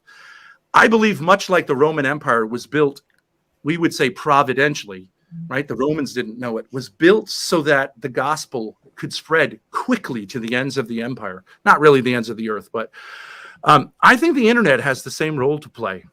I think the internet is going to allow us to talk to each other as on all levels of authority and as individuals.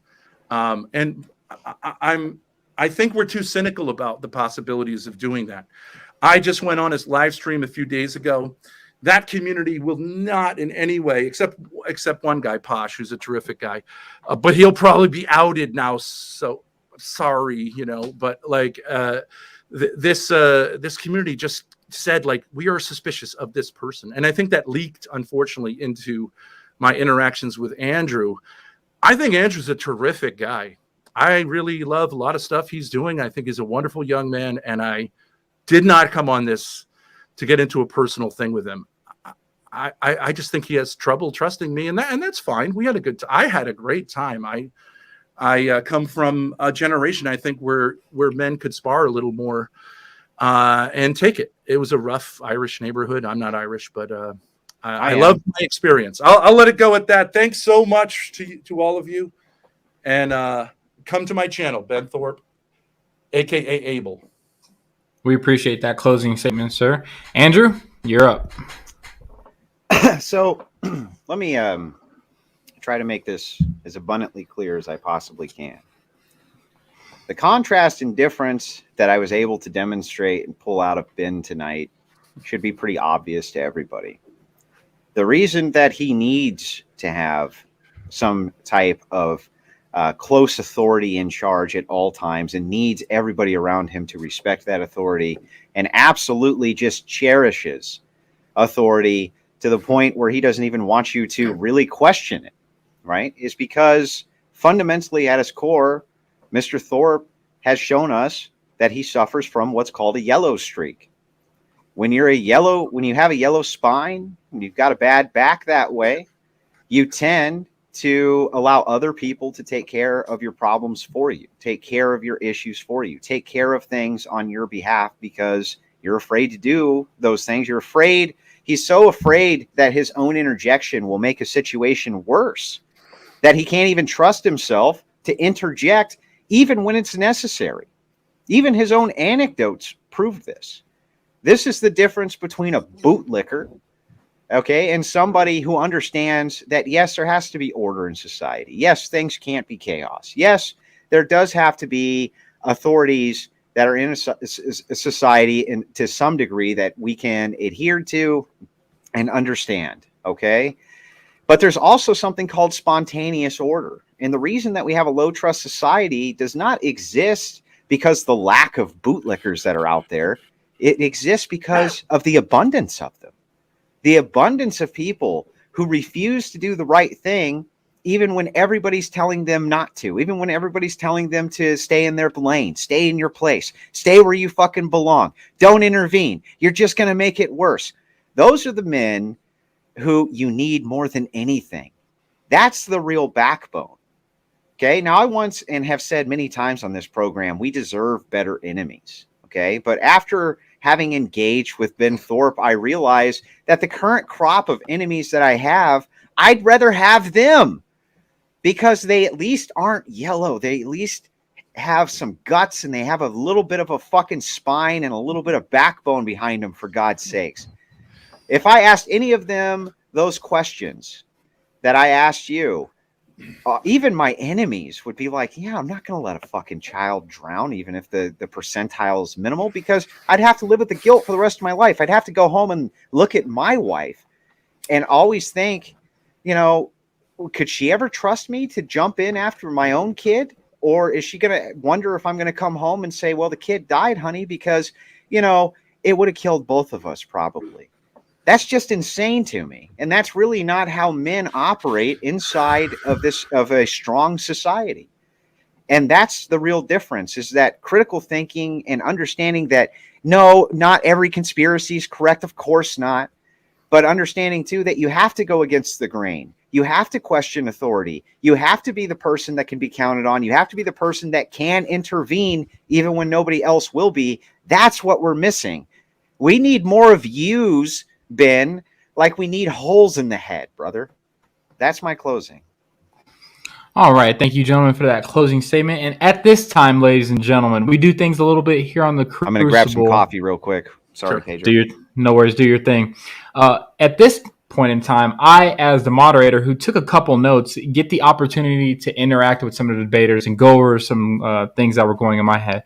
After that, we will go over to some super chats and audience, which are full of audience's questions. We got a lot of super chats, so tonight we can only do super chats. I'm sorry, we're not going to be taking on the general questions. So, Ben, my first question: you brought up the Apostle Paul a lot, right? Yes.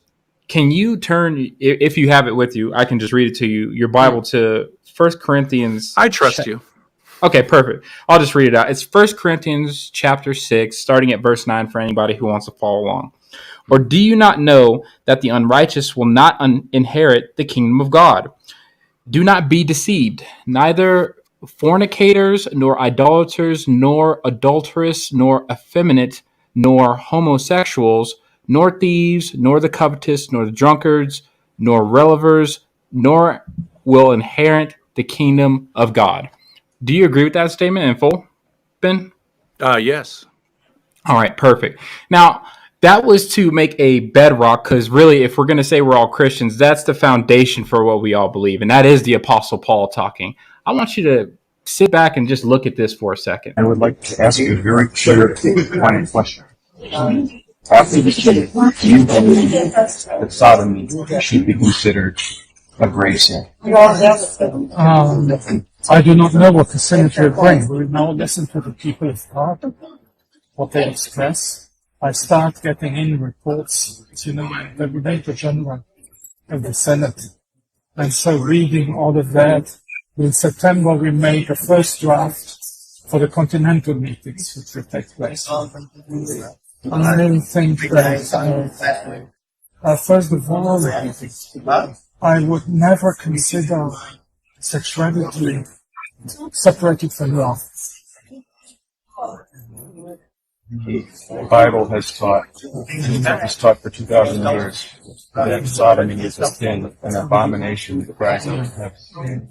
But the Bible also said we should stone the woman who is adulterous. The Bible has said that the sun turns around the earth. So the Bible have to give an interpretation to the So the fundamental scriptural teaching is sin. This is not a theological. No. There is. I think we get the point. Sure. You want me to react? Muted, Oh, Pedro. Well. Let's think about this carefully. Do we trust that man, Ben, after what we read, what the Apostle Paul said about sexual immorality, but we hear the cardinal condoning sodomy? Do we trust him? Yeah, maybe I should have nuanced when I said I agree with that. I agree that those are sins. I don't think we're in the position, and our Lord commands us not to judge individual sinners, right? But that's a list of sin, not a list of people. And I think the discussion there was about, maybe talk differently. A grave sin is one in which you have grave matter, freedom, and knowledge. So you can have those sexual sins are grave matter. But there are many sexual sins that are not necessarily, we would call mortal sins. That's what he was saying. Is it always a mortal sin to commit this act? And I just think I'm speaking as a Catholic, not as a person. I would say it is not always a mortal sin to commit even an act which is grave matter, which sexuality and life are the number, are definitely in that category. I mean, I think in our day and age, There are sexual sins committed all the time because our culture is saturated in pornography and confusion. And I don't think all these people are damned to hell by those acts. Okay, so you would trust that cardinal that was appointed by the Pope? I don't know that cardinal, but yes, I think he was being put in a trap, and I think that he was trying to nuance. I don't think I heard him anywhere say that sodomy is fine. Okay, understood. Are you familiar at all with Acts chapter 17? Not offhand, but I trust you. Yeah, no worries. No worries. So there's a point in time where the Apostle Paul, which I think you would think his authority is like right there below Jesus because it's the Apostle Paul, He's correct? an apostle. Yeah. Right? Yep. He is giving the gospel to a group of people called the Bereans. And the Bereans, instead of just taking what Paul is telling them, which is the gospel, by the way, as spoon-fed milk, they're just receiving it. They test what he says by the scriptures day and night. And at the end, Paul exalts them as the most honorable. Do you think in that moment that was a blind trust that they were exercising, or was it, no, I'm sorry, sir, we're going to have to examine what you're telling us? Absolutely, but they examined it against another authority. I assume these were Jews. Yes. Right. So their authority, proper authority, was what we would call the Old Testament, the Hebrew Scriptures, and so they asked, yeah, does this match up? And Paul, I think, explained how it matched up. Paul got it wrong at first, of course, as well, right? I mean, until he was knocked off his horse, he got Correct. it wrong. And yeah, I'm not the authority of Paul we hold because we know he's an apostle. They didn't know who he was. They didn't realize he was an apostle. He didn't have to strangers. He didn't have that authority. Gotcha. And then, Andrew, I had a question for you, actually. There was only one moment where I was in kind of some slight disagreement with you here, honestly. You gave him the scenario where he's interacting with the authorities and they are accosting your wife, right? Yeah. If I were to intervene in that situation, I think, and you can tell me if I'm wrong, I would be escalating the situation very much more highly. I wouldn't just be ending up face down alongside my wife on the ground. Do you think that's a smart thing to do, or do you think you should just get involved with as much, like, maybe I'm looking into the situation too deep? Well, I don't believe you. I don't believe that if cops were kicking the shit out of your wife in front of you, that you could be restrained. I don't even think it's possible. Correct. So, well, then what are you even talking about? Then what's the question even? You know, the question. Well, the question is, who cares even if it would escalate it? You wouldn't be able to help yourself, would you? Oh, no. I'm saying I would probably escalate. I would be honest and candid with you and say I would escalate to deadly force because these are armed men coming into my house. No, you didn't even just say that. That's absurd. Just an absurd hypothetical. You would never do that, right? We would never do that, Pedro. Yeah, I would never. You would never do that. So, but you probably couldn't restrain yourself from doing something, right? Yes, it would go. I would think I would go crazy if someone put their hands on Leslie. Yeah, I would. Well, yeah. I would think that would be the natural reaction from a devoted, loving husband seeing their wife being harmed, regardless of the costume that the person was wearing who was harming them, right? Can you hear him? Yeah. So Ben, now that we're outside of the debate, why would you actually stand by and do nothing? Oh, you can't hear me? Yeah, he's got no audio. Ah, okay. Put in the private chat that he probably disconnected his ears. Okay. Is it coming through there? Yeah, I can hear it. Is that Grace? Can you hear me, Grace? Yeah, I can hear you. Okay, ask your dad, can he explain why he would not intervene? No, we need to get his audio sorted out. Oh, okay. Can you tell him his audio, he might have disconnected his head jack? Yeah, I'm looking at the headphone jack right now. Disconnect it and reconnect it? Moved. Yep, reconnected. Okay, can you? I'm back. I'm here. Yep. Oh, you hear it? You can hear us now? Yep. Okay. Okay. All right. Thank you, Grace. She exists. I exist, everybody. They said she was me. She exists. Right. Check Can her you out hear on my us now? YouTube channel. I can hear you. Can you fine. hear us? Oh, you can hear us now. Now, Yeah, fine. it just cut out. I don't know why. Yeah. So last question. Why would you ever not like? I need to get into your mind. What makes you say this thing is happening to my wife in front of me? I'm not going to intervene. You're talking to me? When would I not Yes. intervene? Why? Give us the why. You're muted. You muted yourself, Ben. All right. I think we're going to move on into audience questions, I think. Yeah, we got a lot of super chats to get through. Exactly. All right. First one coming from Well Emmanuel for $100 from Mexico. So 100 pesos, actually. So like 50 cents or something like that. 26 cents. No, we just something stupid. No. They're actually decent sized super chats. Don't get me wrong. We just like to make fun of Well Emmanuel because he's our friend. So it's, we appreciate all the help you give us, sir. We appreciate all of the 26 cents super chats you send, brother. We do. Arrogance disguises humility. Respect proper authority. Assumes you know which one is proper. He may not even realize his position is more relativistic than he thinks. I think that one's to you, Ben. Do you want to interact with that at all? That is a problem because we have to decide, like in the Christian world, who is the proper authority? Is it the Protestants? Is it the Eastern Orthodox? Is it the Roman Catholics? Is it the Muslims? If we go outside, right? This is a problem, and we are left to seek, and we only have our minds to do so and our consciences, and it's a difficult problem. It's why our churches, all Christians should unite. Jesus told us to. You know, he prayed that we would be one, and it's a problem. Yes, it's difficult, but you should be careful and try to seek as honestly as you can. But it's a problem. All right. From 2 Acre and a Bear, $5. Thank you so much for your donation, sir. What are your thoughts on Jay Dyer? To Ben. Yeah, I've watched a little bit of Jay Dyer. I actually have become friends with Posh Redneck, who's been on this channel.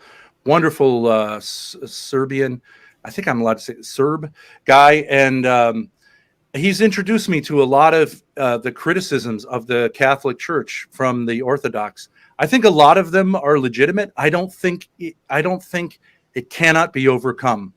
I think we have a lot to gain, and we've been arrogant. Well, you should ask him about ecumenism, Ben. Yeah, I know he's hostile. He's hostile to the church, but Well, no, you should ask him about ecumenism. Your belief that all Christians should just unite under one flag. I mean, right. Under the Orthodox flag, but no, anything else that's ecumenism. Right. We need to talk, and the patriarchs. You see Pedro down there? I like Pedro down there a whole hell of a lot more than I like you, and I don't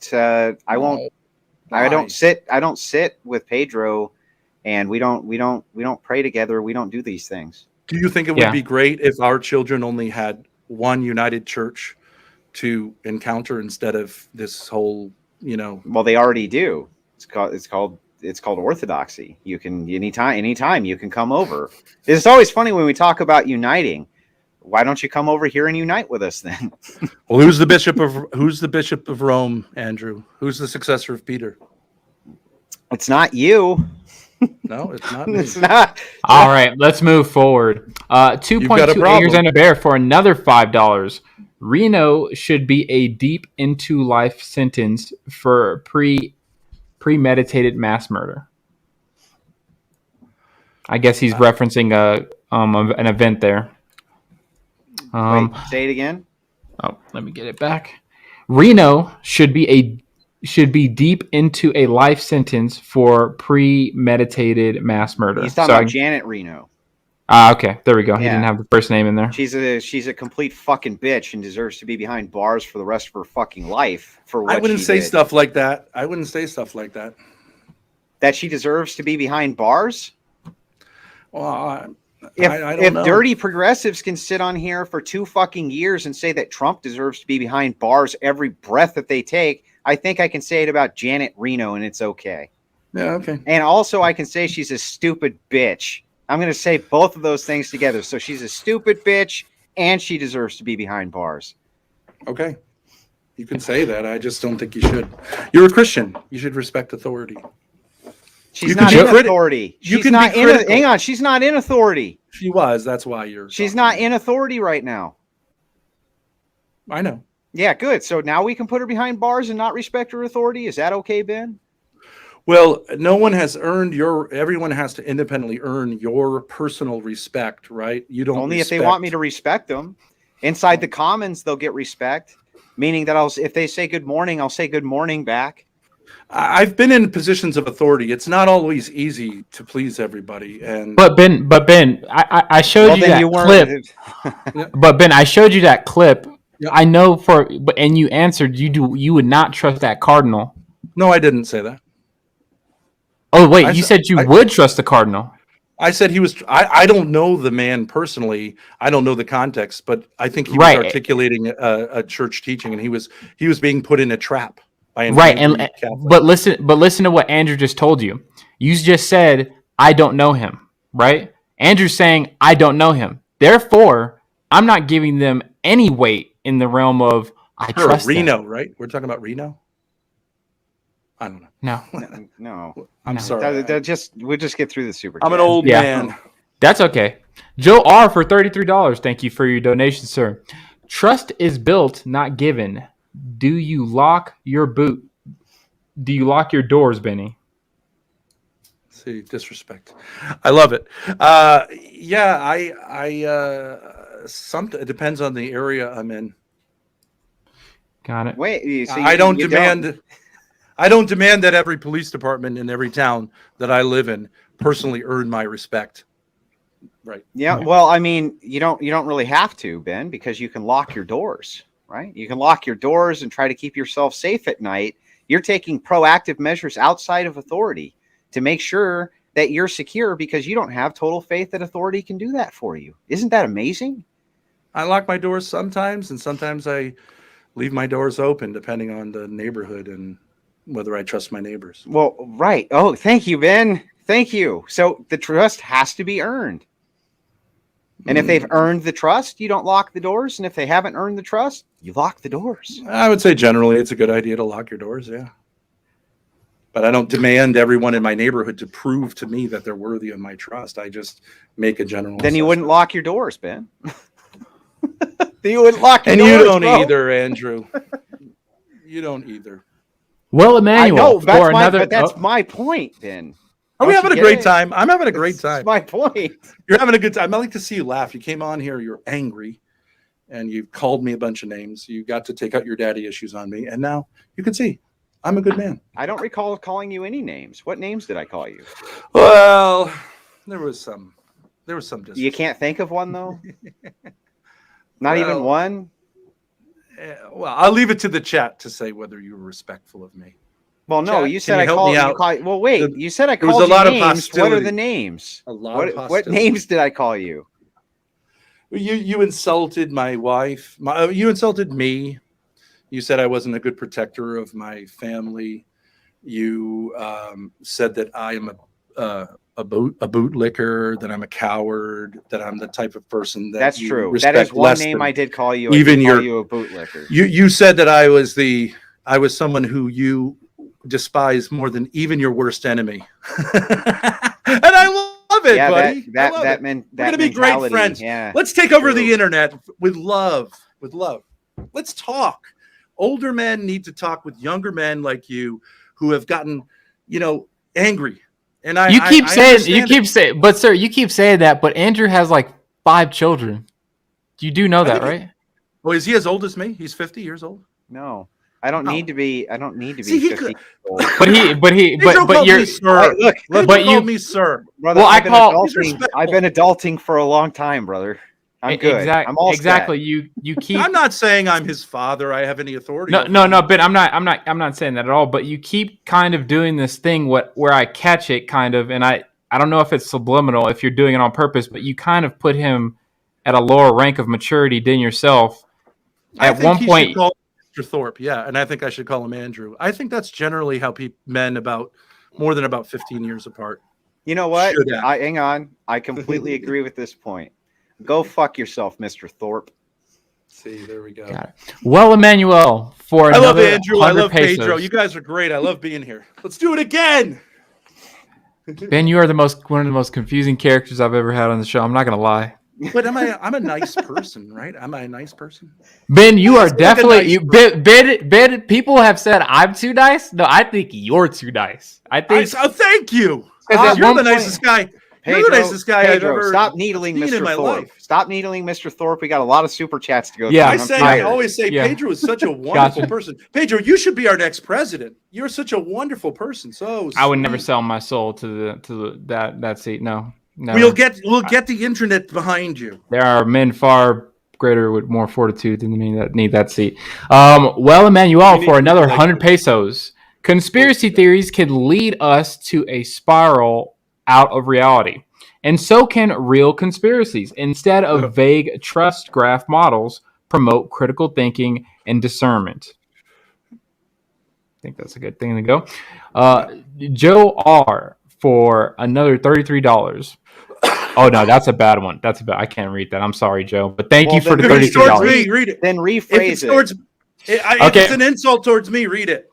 You can take it. Okay. Okay. Does Absolutely. Benny? Okay. Yeah. Does Benny sit while he pees?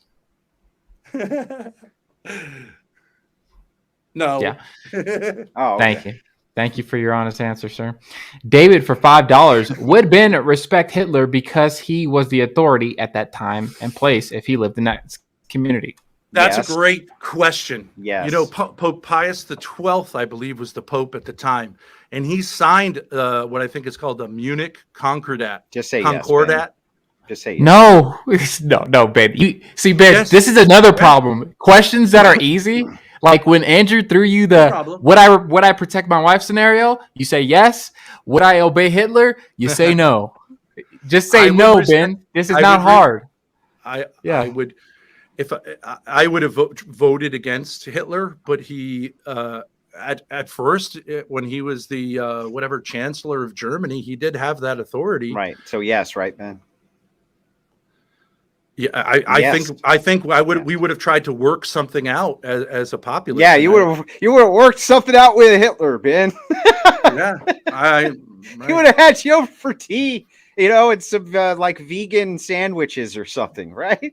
You would have just worked it out. You would have avoided all of World War II if you were there, Ben. Well, I don't know. I mean, if I was a soldier in Hitler's army and I had the opportunity, Which most to certainly you sabotage- would have been if the authority had drafted you. right?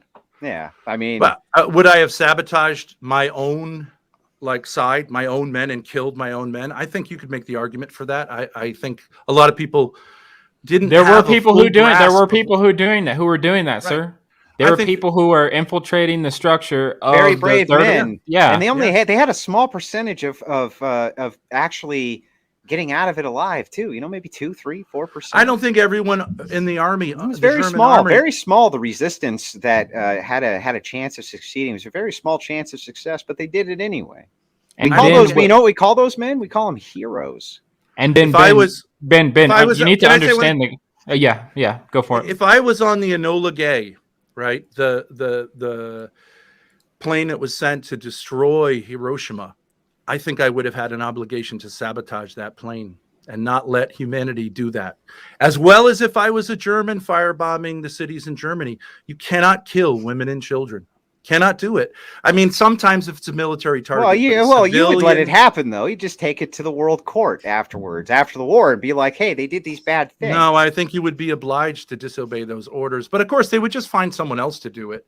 But I think you'd Yeah. be in So a I mean, tricky what's even the situation. point then? Like, you might as well just do it. They're just gonna find someone else anyway, right?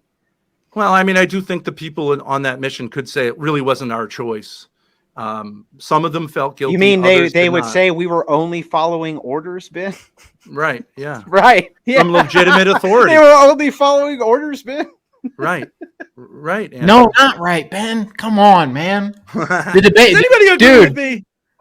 No, Is this a debate or are you? I mean, you're supposed to be moderating, Pedro, and you're no. The mod hat's off. The debate is Oh. over. It's in the closing statements were made. I'm Now happy. I'm happy. To now lose we're to back you. in. We're out of the matrix. We're back in reality, and you can say you could, sir, take a note here.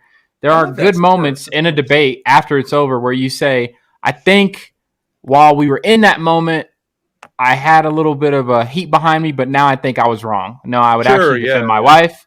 No, Yeah. I'm not going to support Hitler.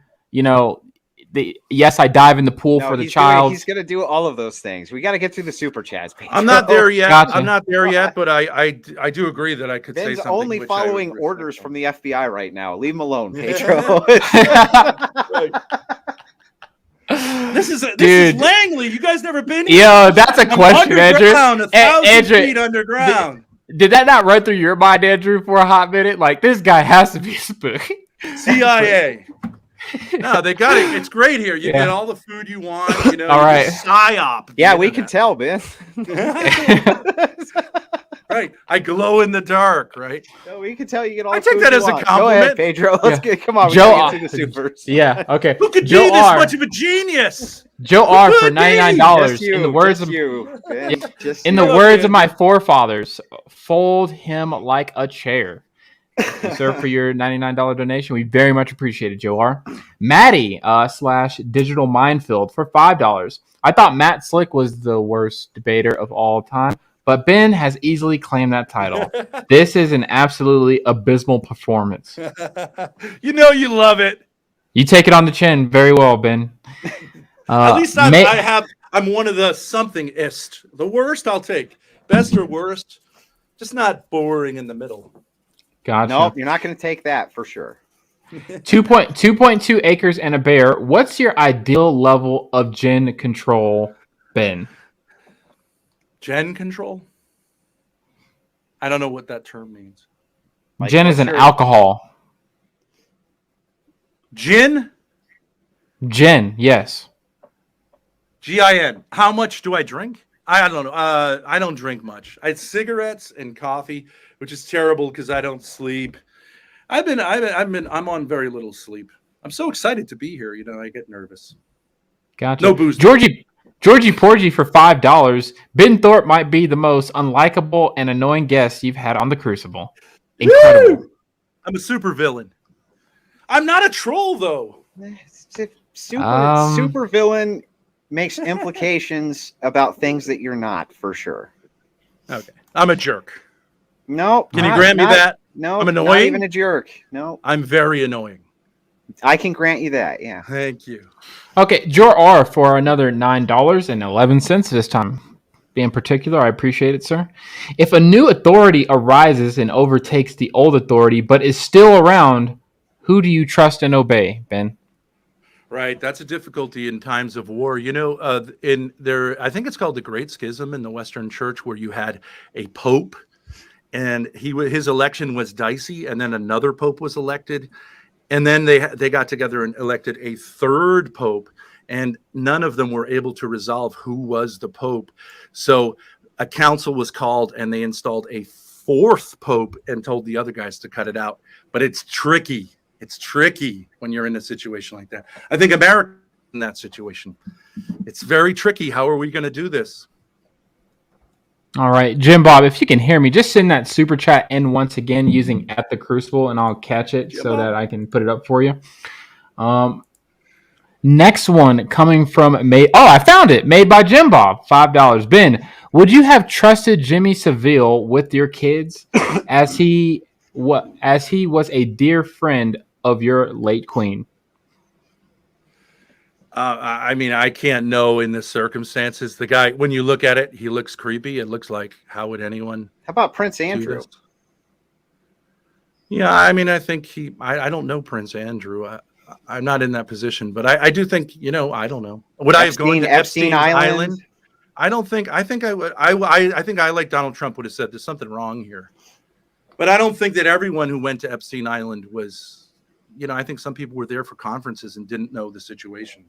But maybe they did. I don't know. Then get off and say, hey, what's that big building over there that looks like a house of worship? And he was like, oh, that's where we do like satanic rituals and have ritualistic sex with little girls, right?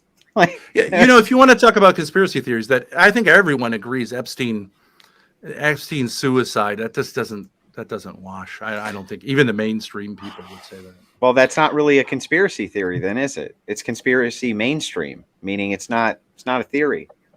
Well, it's a theory. I mean, no one has any proof, but I it just mean, looks no, we have fishy. a lot of evidence, don't we? Yeah, but there's no definitive proof. We never have proof, Andrew. We never have proof. We're human beings. We're limited. We might get things wrong. 2.2 acres and a bear.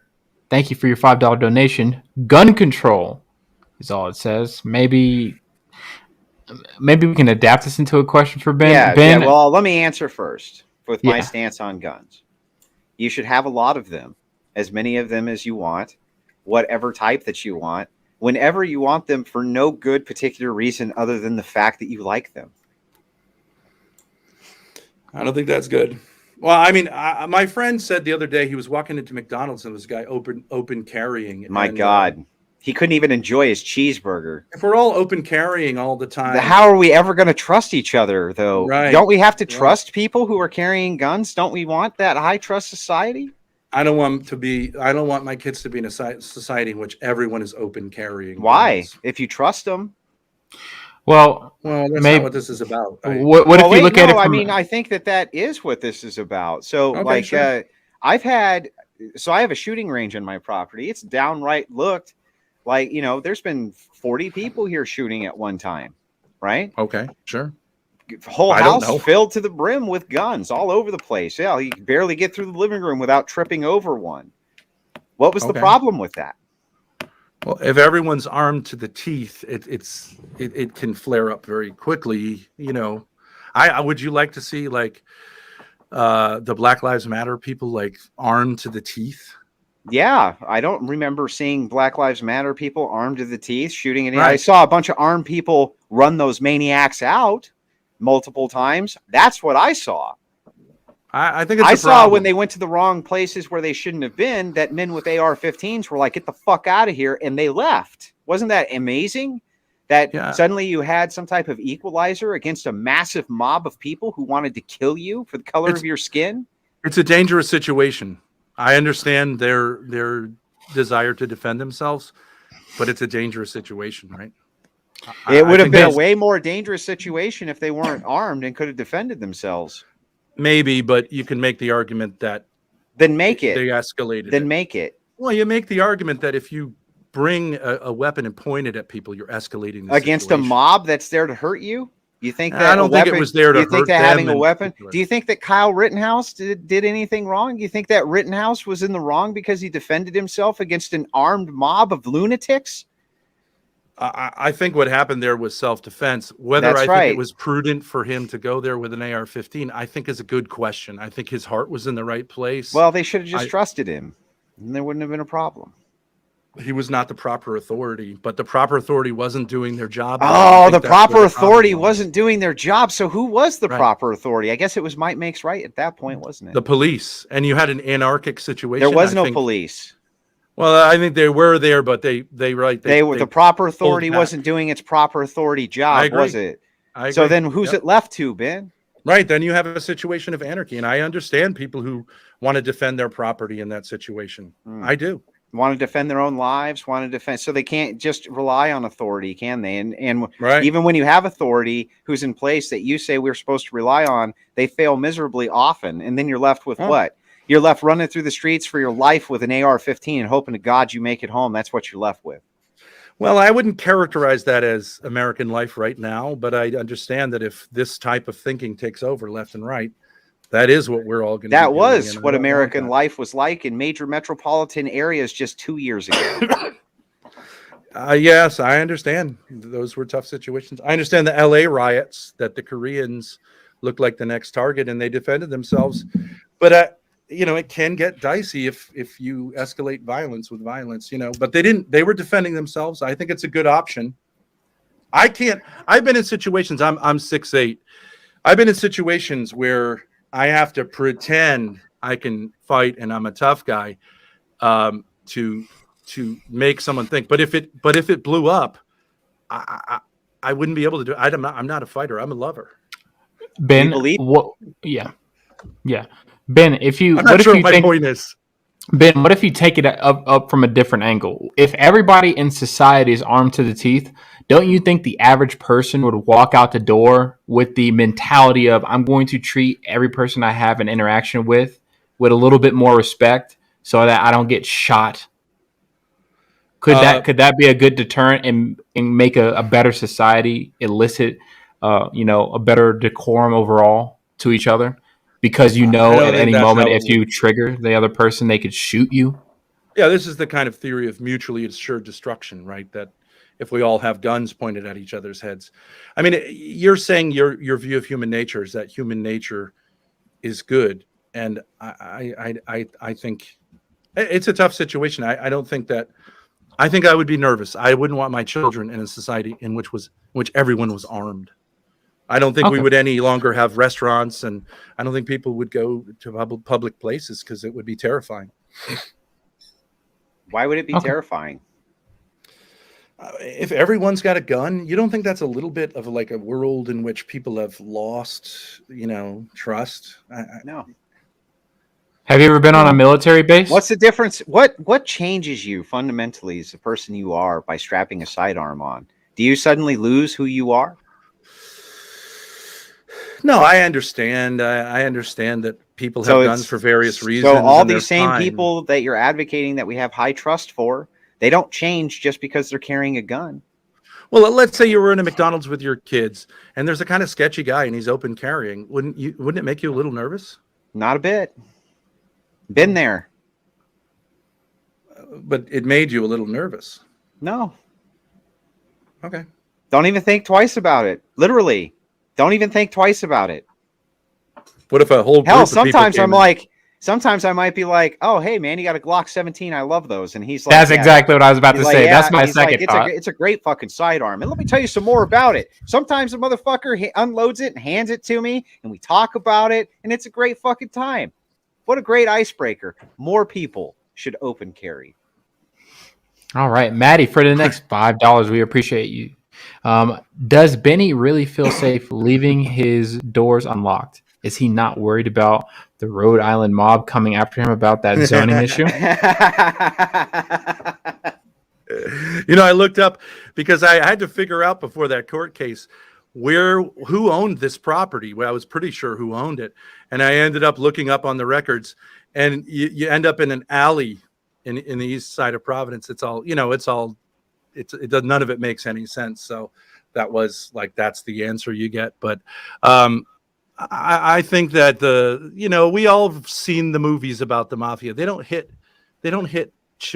family people. It's only people who are in their way. But I would love it if we could avoid talking about this, because I do respect the mafias. I do have that respect. They're not a legitimate authority, but I don't want to. Don't worry. They're going to know from this conversation they can come over and you'll shine their shoes and give them a nice cup of coffee and work out your differences with them. That's right. If the mafia showed up, I would say, let's work it out, guys. Yeah. Hand me those shoes. I just want to say to the mafia, or whoever, if there may be any mafia people here, that I respect you. Hey, Grace Thorp. Ben, when you're 6'8", is it really hard to find knee pads that fit? For what? Prayer? When you're 6'8", yeah, is it hard to find knee pads that fit when you're 6'8"? Your knees don't get any bigger. Some of your organs get bigger, and I'm sure you'll speculate upon which ones those are. And let me tell you, it's not necessarily, it doesn't work out that way. Gotcha. Grace Thorpe for $20. Thank you for having my dad $20. on. I thought he did a good job. Good here. Haha. Love this channel. Hey, Grace, we appreciate your viewership. Yeah, you were very sweet, Grace. Thank you so much for helping us fix the audio problem. We certainly appreciate that. Wonderful girl. You're awesome. Love her very much. Nothing but ones in chat for Grace. She was great. We all know it. Put the number 1 in chat. Make sure you show Grace that we are Grace respecters here. She was so nice to everybody. Gotcha. And I think we are all out of super chats, ladies and gentlemen. Yes, ones. There we go. Hitting us with the ones. One. Look at all those ones. All for you, Grace. Thank you so much for being so kind. Hey, Gotcha. she wants to do a debate on your channel, all female, and she I'm wants sure- to debate the topic: should women give back to men the right to vote? Wouldn't that be fascinating? And she takes the pro. Wouldn't that be a fascinating debate? All females, except the moderator, can be male. I think You we had wanna more see super angry chats people. than that, didn't we? Didn't we, Pedro? Are you sure? I would have to think about it. I need some time. Oh wait, I think we have another one that came in. 1 second. Joe R for $9. I have a conspiracy that Ben is not 6'8". 1 inch taller than Owen Benjamin. Gotcha. Can't prove it. All right, Can't prove it. Ben, do you have any non-cringe words of wisdom? No, there's 2 more super chats. Hang on, you missed them. Let me pull them up. You found them? Yeah. I do have a hashtag. Hang on, kind of hang on. thing. Oh, Dude, weed. You missed that one. tobacco. Bad. Dude, weed. Oh, Dude, nice. weed. Thank you. 420. Yes, thank Hang you for on. your $4.20 donation. Yeah. Did Pedro, hang on. Because Jim Bob just said, fuck, you missed my chat again. So No, I got it. I got he it. said he sent another one in. What? Yeah. I saw you get the first one. There, I you love missed Jim this Bob. one. I can see it. Do you I get love your scared when artwork. people conceal carry? Well, Ben? you wouldn't know if they conceal carry, right? Well, I don't understand though. I think you're missing his point. That is his point. So what he's saying is that your fear is all coming from your brain. All of those people who are carrying those guns openly could be carrying them concealed. You'd have no frame of reference, and you just Right. trust them anyway. Yeah, I mean, So you're why saying, why how do I would feel why about would the people? thing being seen so that he's showing you that he's armed be different than the thing being concealed? Why is that a trust breaker for you? Well, I mean, I don't have knowledge of who's carrying concealed weapons. So, if I knew a bunch of people in McDonald's had concealed weapons, I suppose I would also feel raped. But I don't know. Well, I mean, you If I knew someone at McDonald's was a mass murderer, I would feel. But I don't know that from looking at them. right, but that's his whole point. He's saying that it's feelings, not it doesn't make any sense. It's All of those people it's could be information. carrying guns, and likely at least one of them probably is carrying a gun. If you're in a concealed carry state and you have no idea, it's just the presence of the thing literally makes you feel unsafe, but that doesn't make any sense because the presence of the thing is there regardless. Logically, Yeah, right? I understand the open carry is in some ways more assuring than concealed carry. Yeah, I understand that. Well, because at least you're saying it's easier to get an open carry permit, right? No, than a you don't concealed. need a permit to open carry. I think in Rhode Island you do. Well, I don't know about that specific state, but I doubt it. Almost every state that I'm aware of, you can open carry to some degree or another. Even in California, you just have to carry it unloaded. In California, kind of defeats the point. We're a blue state, so I'm sure it's very restrictive. But Ben, I don't know. did Buzz play golf on the moon? This was the litmus test. Buzz Aldrin, did he play golf on the moon? I don't know. I don't know. I don't. Gotcha. For 10 pounds, Neon Noir says, wholesome show, to be honest. I mean, to be honest, I Hey. agree. All right. Hydronic All Bear right. for $5 Canadian. That's 2 toonies and 1 loony, says, Ben, it sure seems like you follow a lot of people you disagree with. Why? I don't know what that means. Follow on the internet. Yeah, he's saying that he thinks that you're chasing clout. I am chasing clout. Yeah, I love you guys. I think you guys are superstars, and I want to chase clout right to take over the internet with you. Take over the I think you internet. guys are stars. I love Jim Bob's community. I love Posh. I think you guys are terrific, and we should. I'm not trying to take over anything. Well, but I blame Jim Bob for not anything in his community that goes wrong or anything else that goes wrong. I blame him for being close friends with Posh, and Right. we all know that Posh is the reason everything goes wrong. We all know that that's true. I talked with him first. Yeah, I know. So the conspiracy Now- widened. I did want to just make this abundantly clear that Jim Bob's just got done saying in chat. Oh, I was clicking it up when you clicked it up. Okay, go ahead. Click it again. He said, "Fuck off. You're not welcome in my community." I just wanted to let you know. Just wanted to make. But your make- chat wants me back. There was a guy today who put in T and then an H, O, R, and P. Yeah, but you I remember went. when I was But I talking- respect Jim. I respect Do you remember Jim. earlier when I was talking about my moral foundations and feeling guilt? The second I'm done with this, I'm going to feel a lot of that guilt. You're gonna Not feel that dirty. much. Not you gonna nearly feel as dirty? much as I probably should. But because you but were a little bit. disrespectful, unlike Pedro, my man. You were disrespectful. You'll feel That's not what I'm guilty. going to feel the guilt And about. plus I don't some think of he's that- going to feel guilty about that at all. Some of You the could- excitement about the oiled men also. You'll feel a little dirty. Time to take a cold shower. I do feel dirty about hearing about the oiled up men from you already. I Ladies don't. and gentlemen, it's been a wonderful night. Thank you all so much for showing up to the Crucible. We appreciate it. Make sure that you become members of the channel. Yes. Hit the join. And we've been increasing our membership here. We're super appreciative of that. It really makes us or makes the production Great. value go way up, helps us so that we can afford to make sure that Pedro and his wonderful wife can go out and have a steak dinner every once in a while. You see all the work that this poor bastard has to put in just to get guys like Ben Thorp on here. Holy shit. We're out. Have a good night. Thanks, guys.